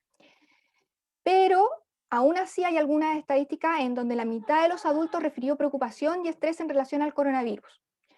Ahora, igual yo voy a mostrar estudios donde hay un aumento de estos sentimientos más negativos, ¿ya? Pero los voy a mostrar posteriormente para que los tengamos en cuenta. También hay algunos estudios que hablan sobre distintas dimensiones de este impacto psicológico en la pandemia. Hay una dimensión más bien emocional, que es un poco lo que hablábamos recién de los sentimientos. Hay una alteración conductual, un impacto cognitivo, uno que es de salud mental, otro que es más bien organizacional y por último uno psicosocial. En relación a la dimensión emocional, como hablábamos recién, hay una disminución de las emociones positivas y hay un aumento de las emociones negativas. Aquí yo puse algunos números de algunos estudios que referían, por ejemplo, que el malestar se presentaba en el 28,6% de la población, o la soledad, el sentimiento de soledad, se presentaba en un 53,8%. En lo conductual, por otro lado, hay un agotamiento físico. Yo creo que todos sentimos como cansancio, agotamiento, y ya no nos da el cuerpo para seguir en esta pandemia. Hay gente que ha reaccionado con irritabilidad, con ira, con disminución de las actividades de ocio, quedándose más bien en casas sin hacer mucho, con tendencia también a un rechazo a vacunar a los hijos, con que no quieren mucho más pelea, y aumentando las conductas de riesgo en salud como son el alcohol y el tabaco. En lo cognitivo hay un aumento de la desconfianza de la población, ha habido también un aumento de las creencias religiosas con este afán de apegarse a algo superior. Hay un aumento de la evaluación de riesgo o al revés, hay gente que tiene una negación del riesgo, como no, esto de la pandemia es mentira, o a mí no me va a pasar, a mí no me pasa nada, etc. Hay este sentimiento de incertidumbre, de decepción, hay una mayor preocupación por la salud y la familia, hay una mayor frecuencia de pensamientos de muerte y una preocupación por la falta de apoyo en grupos específicos, por ejemplo, de inmigrantes. Sí hay una valoración de las medidas de protección en las campañas de salud, pero hay mucha gente que tiene baja confianza en su eficacia y eso hace que finalmente, a pesar de que las valoran, no las cumplen. Y también hay una alta desinformación. Con respecto a salud mental, hay varios síntomas en salud mental dentro de la población. Yo aquí puse también algunos números en relación a eso. Por ejemplo, en problemas de alcohol, se ha levantado que alrededor de la mitad de la gente tiene problemas de alcohol en pandemia. Lo mismo sucede con el estrés psicológico. En el estrés, un tercio de la población tiene este síntoma. Con respecto a síntomas somáticos también. Síntomas depresivos un 28%, trastornos del sueño un 27,6%, síntomas de ansiedad 26,9%, crisis de pánico, estrés postraumático, trastorno adaptativo, la ideación suicida. Y ahí ya un poquito bajamos a los síntomas obsesivos compulsivos, las fobias y finalmente el intento de suicidio. Ahora, en lo organizacional, el impacto ha sido mínima existencia de planes en instituciones de salud para abordar, obviamente, las pandemias, porque nos llegó de sopetón, no estábamos preparados para esto, y estuvo asociado a una baja percepción de riesgo, especialmente al principio. Hubo una tendencia al desconocimiento de las barreras organizacionales para el abordaje de una pandemia, entonces hubo una confusión de roles entre las organizaciones. Hubo confianza, sí, en que los trabajadores de la salud se mantendrían en sus cargos durante una pandemia. Hubo mínimas condiciones de prevención por confinamiento en instituciones psiquiátricas, por ejemplo, en personas con enfermedad mental. Y las enfermeras se vio que eran un grupo específico donde había un mayor problema porque las enfermeras estaban con estrés laboral, sobrecarga de trabajo, temor a contagiarse ya sea ella y su familia. Se sentía de parte de la enfermera este compromiso social y sentido de la autoeficacia. Y por otro lado, para los médicos había una presión por lograr, por un lado, que se mejorara la población, pero también que se inmunizara. En relación a lo psicosocial y comunicacional, hubo una distorsión de la información en los medios comunicacionales, hubo una influencia en los medios de prensa en la representación social de la pandemia, y ahí hay que recalcar que los medios de prensa pueden ser una gran ayuda para enfrentar el problema de salud mental, pero también pueden ser, a su vez, el que nos atornilla en contra, ¿ya? Hay una estigmatización y perjuicio hacia los contagiados, y hubo una discriminación en el acceso a programas de salud para la pandemia en personas con enfermedad mental. Les voy a mostrar un primer estudio, que es un estudio que se publicó en mayo de este año, o sea, es muy reciente, que habla sobre la prevalencia global de problemas de salud mental en población general durante específicamente esta pandemia. Incluido 107 estudios, 32 países y casi 400.000 participantes. Y aquí yo estoy mostrando como los resúmenes de la evidencia, donde se puede ver que el síntoma de depresión a nivel global, aquí abajo en esta línea de abajo, se ve que es un 28%, y yo encuadré en rojo lo que era América, ¿ya? Que corresponde igual un poquito más a un 34,2%. Ahora, es importante recalcar que en América, lo que ellos tomaron como estudios en América son solo 3 países. Es Estados Unidos, Brasil y México, ¿ya? Aquí no se incluyeron otros estudios. Con respecto a los síntomas de ansiedad, en lo global había casi un 27%, pero nuevamente en América nos salimos de ese porcentaje y somos más, son alrededor de 40%. Con respecto al estrés postraumático, se ve nuevamente esta tendencia, siendo global 24,1% y en América un 31,8%. Como estrés, en lo global o a nivel mundial es 36,5% y en América un 65,8%. Con respecto a distrés psicológico, a nivel mundial había un 50% de prevalencia y en América ya alcanzábamos casi el 80%, o sea, el 80,2%. Y con respecto a los trastornos del sueño, hay a nivel mundial un 27,6% de prevalencia, sin embargo aquí no estaban los estudios para definir esta prevalencia en América. Ahora, este mismo estudio nombra algunos factores predisponentes, como son países con bajos ingresos o medios, tienen mayor preponderancia estos problemas de salud mental, ¿ya? Sin embargo, en los países con ingresos altos había una predisposición mayor a tener mayores trastornos del sueño. También vieron que había una alta inequidad de género. También se veía que había mayores problemas cuando había una respuesta gubernamental muy severa, no así, por ejemplo, cuando había una respuesta gubernamental más laxa, donde se presentaban trastornos del sueño principalmente, pero no los otros problemas. También se veía una mayor predisposición a problemas de salud mental cuando había dentro del país o la región una baja media disposición de camas de hospital por 10.000 habitantes, y un bajo a medio gasto en salud y una baja resiliencia del mercado a nivel económico. Les voy a presentar también este segundo estudio que fue publicado antes, que en este caso se consideraron 104 estudios para una síntesis narrativa de la información y se consideraron solamente 43 en el metaanálisis final. Aquí dependía de la cantidad de participantes si estaban en la síntesis narrativa o si estaban en el metaanálisis, pero este estudio se los muestro porque hizo una comparación con las poblaciones, con las prevalencias de poblaciones antes de la pandemia, porque una cosa es decir, en un corte transversal, esto es lo que está sucediendo ahora, que es una foto, pero decir que eso pudiera estar asociado o no a la pandemia, necesitábamos este tipo de estudio donde se comparara cuál era la prevalencia anterior. Y eso es lo que hace este estudio. Y ellos vieron que había un pequeño incremento de los síntomas de ansiedad, con una diferencia de media de 0,4. Había un incremento moderado de síntomas depresivos, con una diferencia de media de 0,67. Y estas diferencias aumentaban cuando ellos sacaban del análisis los estudios que ellos consideraban de baja calidad. O sea, los mejores estudios demuestran que hay un incremento en estos síntomas cuando hay pandemia versus el basal que teníamos los años anteriores. Sin embargo, se vio que no habían cambio en síntomas de estrés o trastornos del sueño. Al parecer las prevalencias eran muy parecidas. Y lo mismo ocurría cuando se veía la población específica de profesionales de la salud.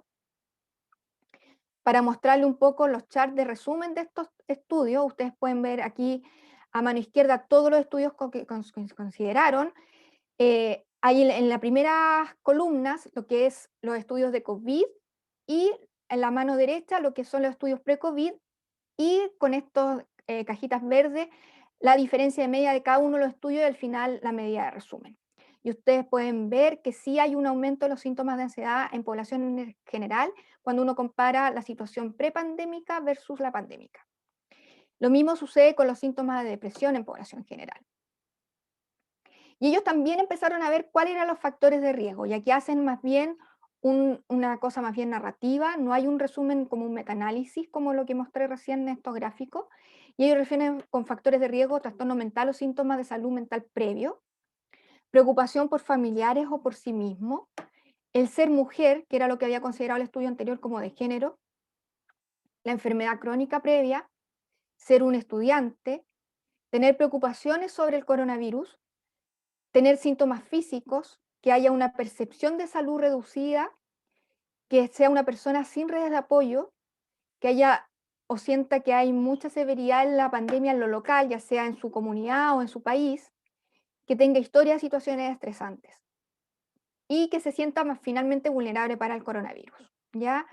Y aquí encontraron factores de riesgo para profesionales de la salud, pero hago la salvedad que en lo numérico no encontraron esta diferencia, ¿ya?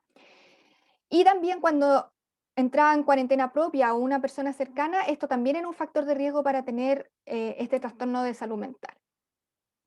Con respecto a los profesionales de la salud, ellos también veían que podían tener como factor de riesgo, si obviamente si tenían trastornos síntomas mentales previos, el ser una profesional de la salud mujer, y si había preocupación sobre la infección de COVID y exposición a pacientes con COVID, y también tenía importancia la severidad de la pandemia en su localidad.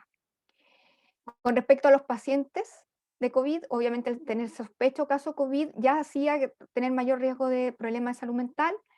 Ellos encontraron que había alguna asociación con marcadores inflamatorios en sangre y algunos síntomas físicos. Y también hablaron de factores protectores de salud mental y obviamente ahí, por ejemplo, ellos vieron como factor protector lo que podía ser la edad mayor, una buena situación económica, una satisfacción con la información dada del coronavirus, el nivel de información, no vivir solo y tener educación superior.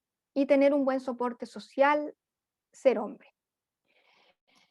Ahora vamos a pasar al impacto en grupos específicos, ¿ya?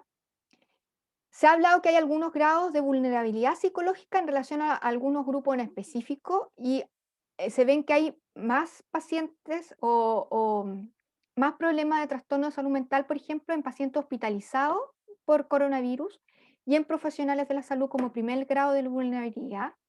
Después le seguirían pacientes diagnosticados por coronavirus y que están en aislamiento, ya sea en sus casas, en residencias sanitarias o donde estén ellos internados.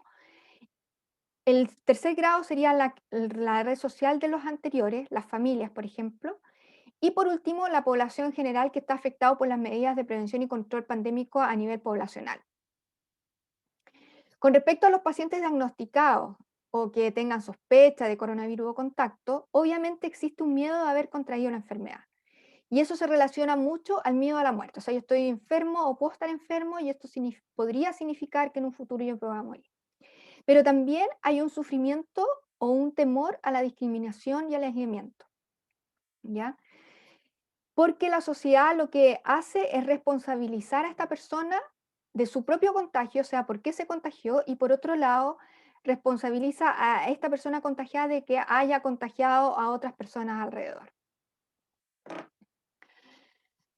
Ahora, hay también grupos sociales con un impacto particular de estos problemas de salud mental, por ejemplo, grupos de menores ingresos económicos donde pueden haber mayores impactos, personas con una enfermedad mental, que eso ya lo nombramos, grupos étnicos específicos o migrantes, donde puede haber un menor acceso a la salud, ya sea por discriminación o racismo, o sencillamente porque no tienen acceso por las políticas públicas. También en estos grupos étnicos puede haber una mayor presencia de enfermedades crónicas. Hay algunos estudios que hablan de estos adultos mayores como un grupo social de impacto, sin embargo, como les mostré recién, hay otros estudios que muestran como un factor protector de la salud mental el ser adulto mayor, las mujeres, y hay un grupo de etario donde también puede haber un mayor impacto en la salud mental de 18 a 30 años.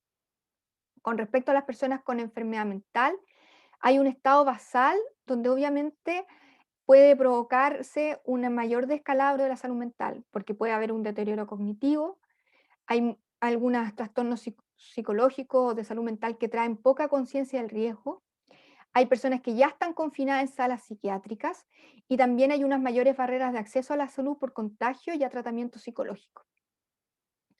Hay una mayor afectación psicológica por una necesidad de readaptarse. Si para una persona sin problemas de salud mental es difícil adaptarse, pasa por un periodo de adaptación crítico, imagínense para una persona con salud mental disminuida. Y lo mismo sucede al discontinuar su tratamiento. Se ha visto que las personas con enfermedad mental hay una menor disposición a vacunarse ante la pandemia y hay una menor confianza en la medida de aislamiento social. Con respecto a los grupos étnicos o migrantes, se ha visto una mayor receptividad de las medidas preventivas y de protección de salud para evitar el contagio, pero en ocasiones es difícil entenderlas para ellos por obviamente limitaciones del lenguaje. Hay una percepción mayor de riesgo de ser infectado y de que sus familias se infecten. Hay una preocupación por la falta de apoyo y riesgo de perder el trabajo si es que lo tienen. Hay una discriminación y mayores barreras de acceso a la salud.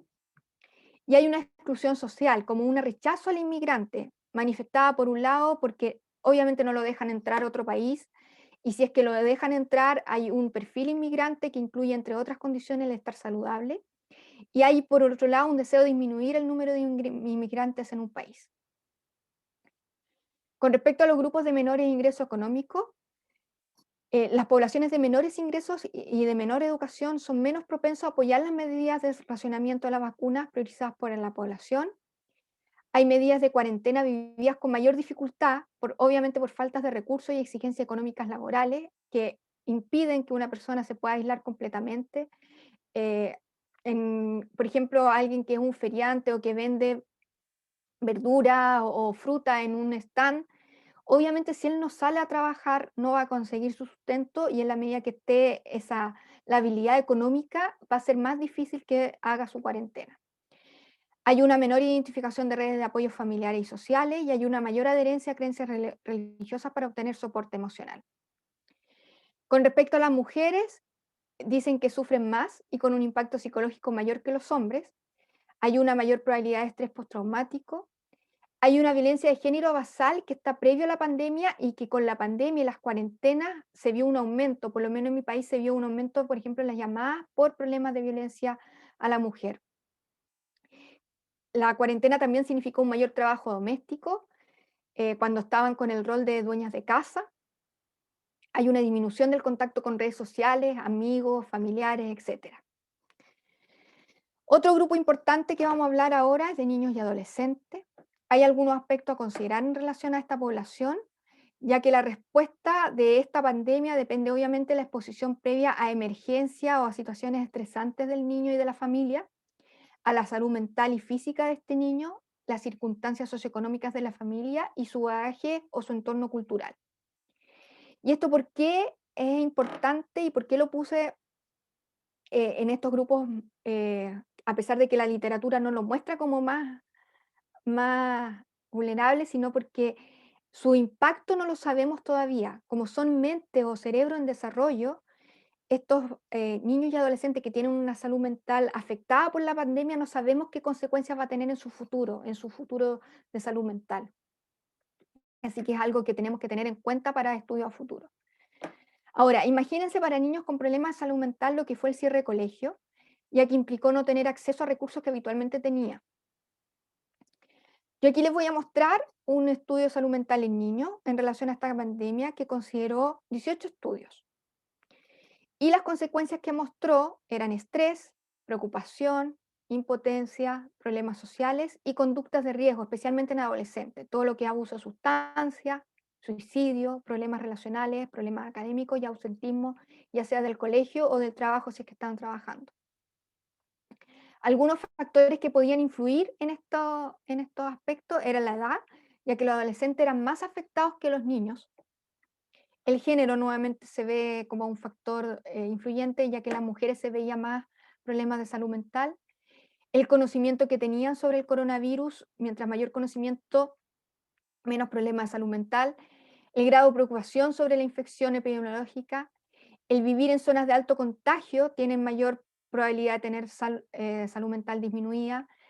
Y obviamente una confianza en la superación de la pandemia disminuye el pronóstico de tener problemas de salud mental. Tener síntomas físicos, sentirse menos saludable también tiene influencia. ¿Y cuáles son las consecuencias de la salud mental? Un aumento de estrés postraumático, un aumento de síntomas depresivos, sentimiento de soledad, aumentos de actividades online, que eso significa finalmente un aumento de la adicción a internet o smartphone, que eso es lo que tenemos que tener en cuenta, y una asociación futura con síntomas depresivos. Problemas de estigmatización o discriminación. Con respecto a los profesionales de la salud, las causas de los problemas de salud mental en los profesionales de salud son múltiples. Obviamente hubo un aumento de la carga de trabajo y de su jornada laboral. En un principio especialmente hubo un déficit de material de protección y eso llevaba un miedo a contagiarse.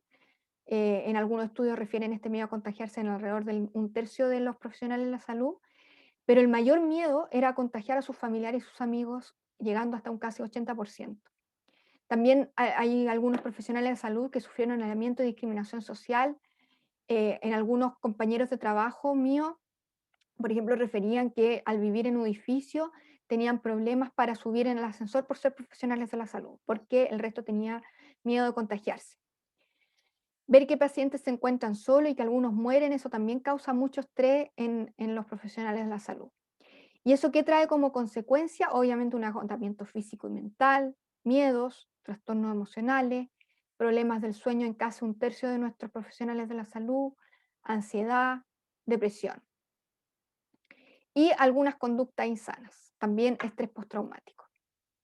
Con respecto a la ansiedad, que va entre un 35,6% a un 44,7%, se vio como factores de riesgo el que sean menores de 35 años, que trabajen más de 3 horas al día buscando información en específico del coronavirus, ser una enfermera de primera línea y una pobre calidad del sueño.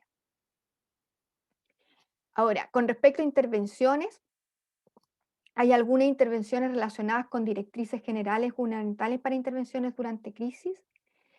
Se habla sobre el uso de Internet y plataformas digitales como estrategia en el cuidado de la salud. Se habla sobre la seguridad en el cuidado cuando se haga una atención cara a cara o cuando se tenga una presencialidad. Tiene que haber políticas de entrenamiento, tanto en lo organizacional como en el manejo de la pandemia. Se habla de identificar y monitorizar estos grupos vulnerables. Se habla también de implementar atención de salud mental en los servicios que cuidan coronavirus, o sea, por ejemplo, instaurar un equipo de salud mental en la UTI donde se están atendiendo pacientes con coronavirus, que haya una protección y monitoreo de los profesionales de primera línea, que haya una información precisa a la población sobre problemas de salud mental sobre coronavirus y cómo lidiar con ellos, que hayan planes para prevención e intervención en salud mental y protocolos para triaje y seguimientos de problemas de salud mental.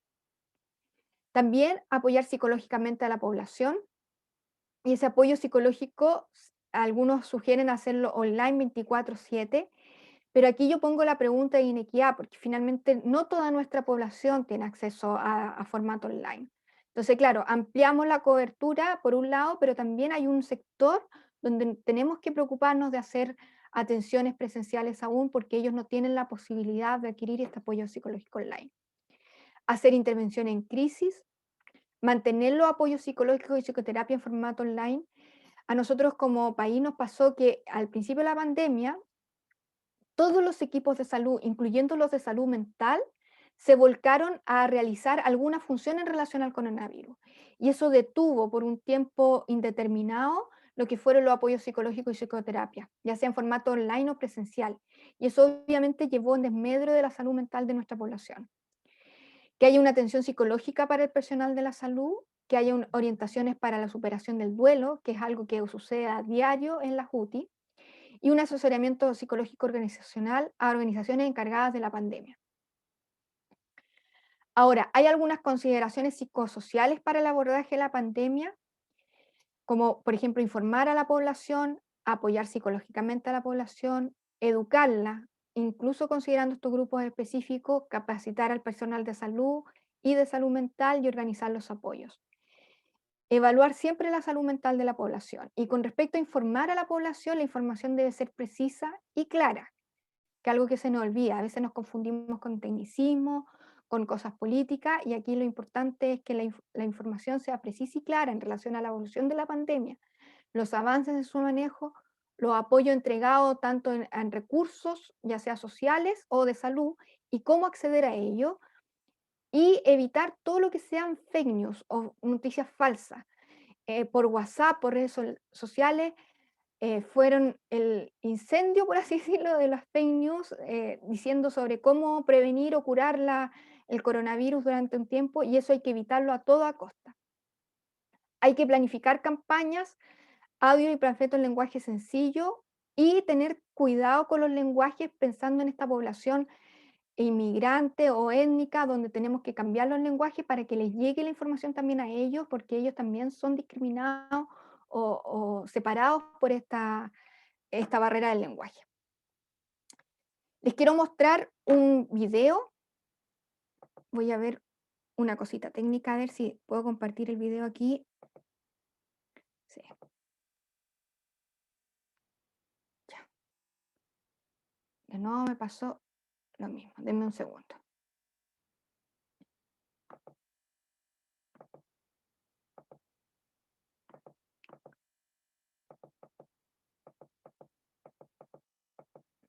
Vamos a ver.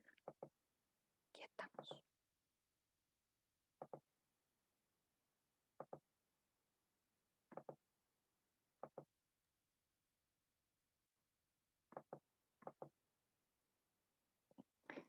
Ya, entonces vamos a ver el video. Este es un video que hicimos como sociedad. En este tiempo que nos están pidiendo quedarnos en casa, puede verse como un gran desafío el tener que convivir con las personas en un mismo tiempo y en un mismo lugar. Sin embargo, este desafío se puede ver como una gran oportunidad de estrechar los lazos con aquella gente que amamos, nuestros hijos, nuestra pareja. En el caso de los niños y adolescentes, ellos pasan la mayor parte de este tiempo usando tecnologías o comunicaciones virtuales que los adultos no alcanzamos a entender. Para poder estrechar estos lazos es que los invito a usar algunas actividades familiares, como cocinar, dibujar, hacer algún tipo de deporte, bailar, lo que se les ocurra. Cualquier actividad será un buen momento de poder fortalecer estos lazos que queremos.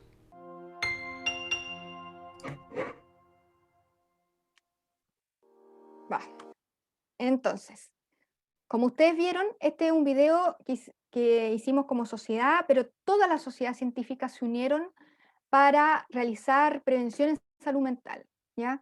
Hubo una mesa a nivel ministerial para tratar el tema, hablamos sobre estos grupos específicos, entonces hay una preocupación y tiene que haber una preocupación desde la parte gubernamental y también como profesionales de la salud, de cómo ayudar a mejorar la salud mental en nuestra población.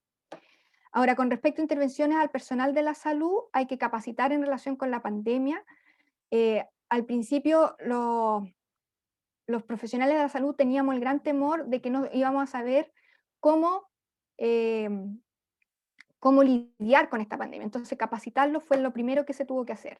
Hacer screening frecuentes de depresión y ansiedad, hacer intervención psicológica breve o realizar primero auxilio psicológico en el personal de la salud, distribuir los roles y las cargas para evitar la sobrecarga y el burnout de nuestros equipos. Con respecto a organizar los apoyos tienen que ser intersectoriales, no solamente el sector salud, tiene que ser también local, por un lado, en lo comunitario, en sus comunidades, pero también desde el central, a nivel de gobierno central, y eso es lo que hay que organizar, asegurar los apoyos legales y económicos a la población y asegurar una recreación saludable en la familia. Con respecto a la evaluación de salud mental de la población, hay que realizar algunas encuestas de salud mental si es necesario para saber en qué situaciones estamos, identificar la psicopatología y los riesgos de suicidio. Entonces, yo quiero que se lleven a su casa 3 mensajes claves con esta presentación. 1, que la pandemia y las medidas asociadas a ella afectan la salud mental de la población. Sí lo afectan, eso está demostrado. Y aún más en grupos más vulnerables. 2, que las políticas en salud mental deben estar enfocadas en prevenir, diagnosticar y tratar oportunamente los casos, pero más aún en promover estilos de vida saludables y tener hábitos saludables en relación a salud mental. Y por otro, faltan más estudios de buena calidad y especialmente locales. A nivel de América tenemos un gran déficit de estudios, así que los invito a hacer estudios en relación a esto. Eso, muchas gracias por la invitación. Entonces, no sé si hay dudas, consultas. Muy gentil, muy amable, doctora Carolina, y realmente pues muestra realidades tan similares a las que vivimos en todos los países de Latinoamérica, obviamente con algunas diferencias, diría yo.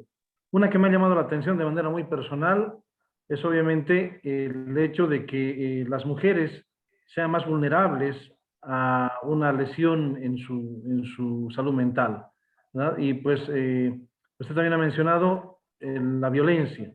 En Bolivia, lamentablemente, la muerte de las mujeres por feminicidios, pues han aumentado dramáticamente durante la pandemia, Sí. ¿no? Y se han dado casos de pues, autoinmolaciones, inclusive luego de que murió la mujer, pues obviamente la pareja de esta persona pues se autoinmolaba también, ¿verdad? Entonces, pues, hay todo un fenómeno social y al parecer nuestros gobiernos, nuestras autoridades de salud, obviamente están en la parte clínica crítica y se han olvidado de todo este espectro de tristeza, de depresión, de ansiedad, de intentos de suicidio, de depresiones profundas que está causando esta pandemia, porque cada uno de nosotros, y no creo que en este foro no haya alguien que no haya perdido un familiar cercano, un amigo o un colega. Entonces, estamos en eso.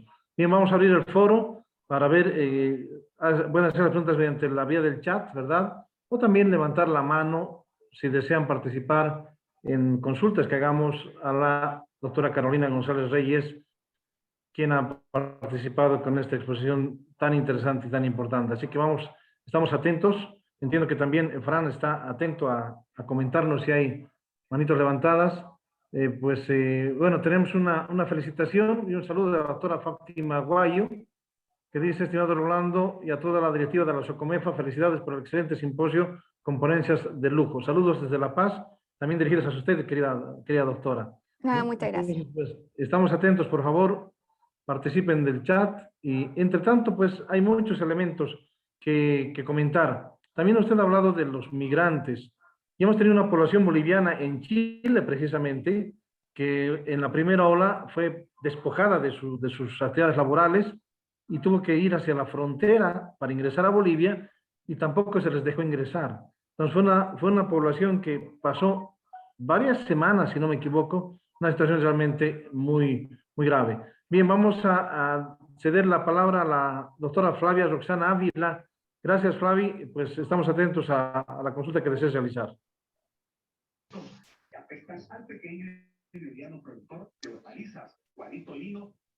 Atentos, Flavia. Estamos ya. Buenas noches. Hola, buenas noches. Y aquí ha habido mucha repercusión en cuanto a después de enfermar el COVID. Hay muchos pacientes hemos tenido como mucha depresión y miedo a volver a enfermar. Aquí, por ejemplo, no tenemos un equipo multidisciplinario, digamos, para poder ayudar a estos pacientes. No sé si tienen algún programa o algo allá en Chile para poder ayudar a estos pacientes.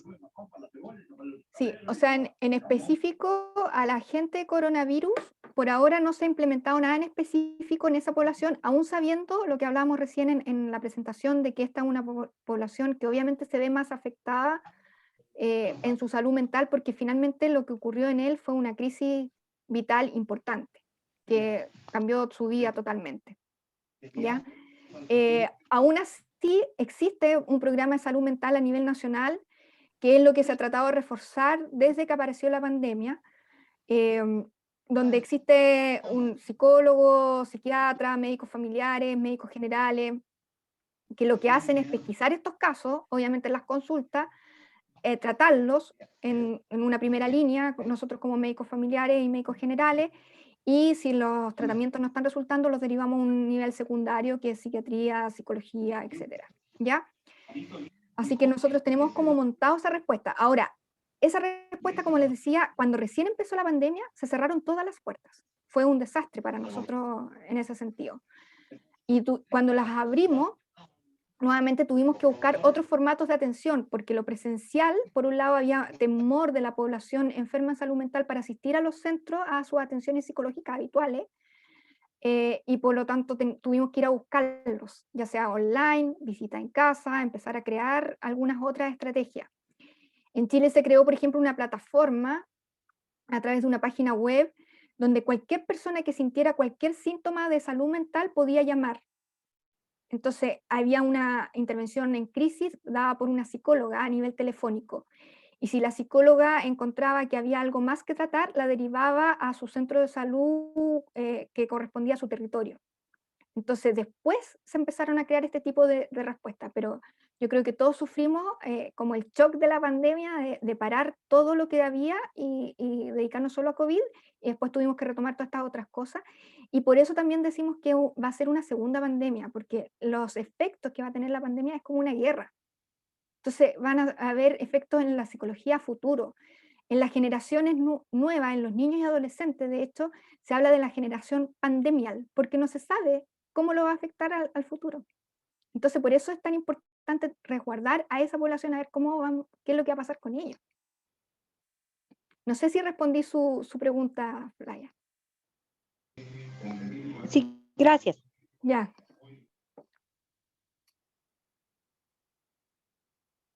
No sé si hay alguna otra pregunta. Ahora sí, sí. Bueno, tenemos de Lorni Maritza Ramírez, felicitaciones también, y gracias por abordar desde ya la gran pandemia que deberemos enfrentar. Cariños desde la región de la Araucanía de Chile, Wow. y eso realmente nos alegra mucho, ¿verdad? El Sí. doctor Cari Villafán, la consulta. Buenas noches, doctora, dice. ¿Qué instrumento existe para medir el estrés o para medir la depresión en los adultos mayores? ¿O cómo podemos valorar la salud mental en los adultos mayores? Muchas gracias, dice. He de reconocer que eso no soy experta. Yo habitualmente como médico familiar veo más niños que adultos mayores, y así que en eso tengo el debe. Dentro de los estudios que mostré hay distintas escalas para medir depresión y estrés, y por eso también los estudios son muy heterogéneos y uno no puede sacar mucha conclusión general. Pero en el detalle de los instrumentos que se usan en adulto mayor en específico, lo desconozco. Muy bien.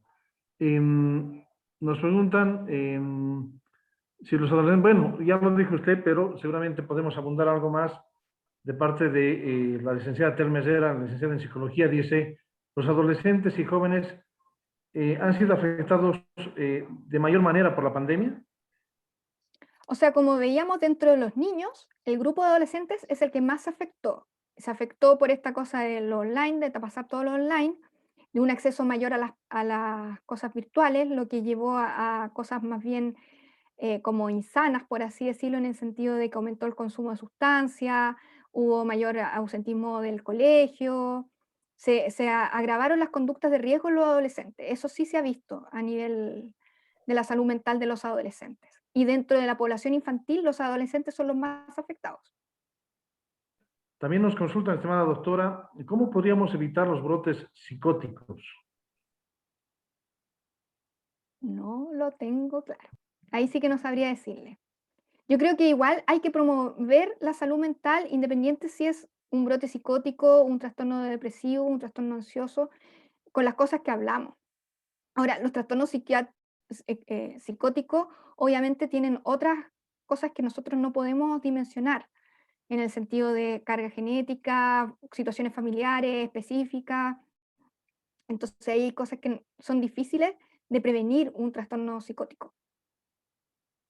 Nos preguntan si, bueno, se pueden medir los factores de riesgo de salud mental en adultos mayores. Bueno, estamos siendo muy enfáticos en adultos mayores porque los sistemas de medicina familiar de la seguridad social a corto plazo, sobre todo, que son los más importantes en Bolivia, estimada doctora, pues trabajamos más con adultos mayores. O sea, Sí, nuestra mayor población son adultos mayores y obviamente muchos de ellos con enfermedades de base, ¿verdad? En algún exacto. momento usted ha mencionado, estimada doctora, que los adultos mayores como que tienen, no sé cómo llamar, un Un escudo, factor, una cosa o sea, lo que así, pasa es que ¿no? el estudio Un que factor de mostré, protección, ¿verdad? sí, el estudio que mostré mostró que había menos problemas de salud mental en la edad de adulto mayor, y por lo tanto pareciera ser una población menos afectada que el resto de la población. De hecho, en los estudios en adultos, la población que se ve más afectada es entre 18 y 30 años. Y en la infantil, como hablamos recién, los adolescentes. ¿Ya? Ahora, cualquier cosa de salud mental, insisto que las cosas promocionales de hábitos saludables, de tener rutinas diarias, de dormir bien, de tener cosas recreativas, de tener poca exposición a plataforma o tener más bien controlado eso, yo creo que le puede servir a cualquier edad, finalmente. Por otra parte, se ha visto pues, bastante disfunción conyugal, o sea, en lugar de acrecentarse la funcionalidad conyugal, pues existe más demandas de divorcio a causa de la pandemia. ¿Este fenómeno Exacto. también se repite en Chile, doctora? No tengo estudio al respecto, pero la ¿Sí? sensación pareciera ser que sí.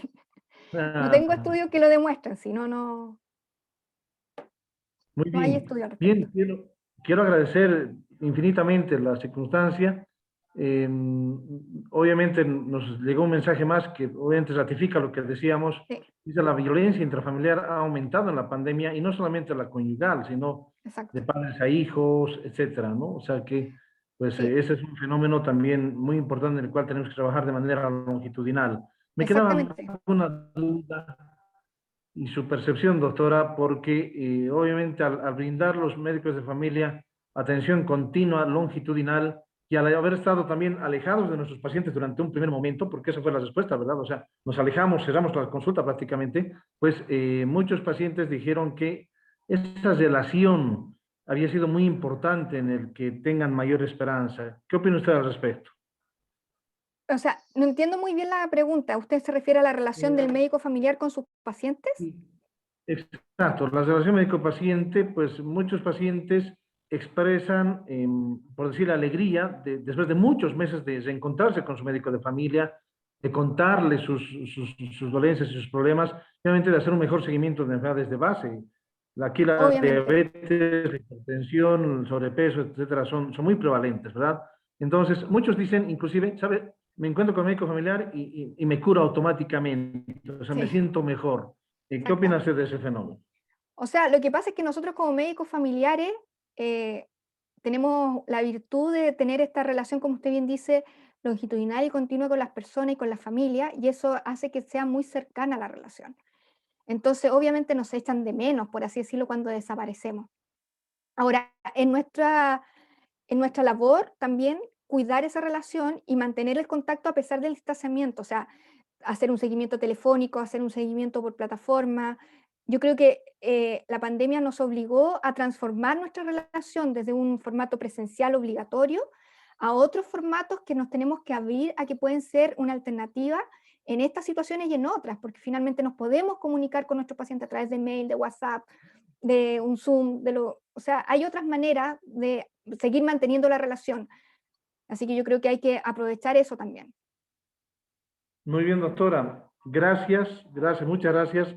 No, gracias a Realmente es usted. muy agradable pues estrechar este abrazo fraternal entre dos países hermanos, Sí, dos países amigos como son Bolivia y Chile y tan vecinos, ¿verdad? Y pues a exacto. usted agradecer a nombre de la Sociedad Cochabambina de Medicina Familiar por su deferencia, por su actitud y por esta gran colaboración que ha brindado a este simposio internacional que pues lo cerramos de manera magnífica. Muy gentil y muy buenas noches, doctora Carolina González Reyes. Muy buenas noches. Muchas gracias. Gracias, muy gentil.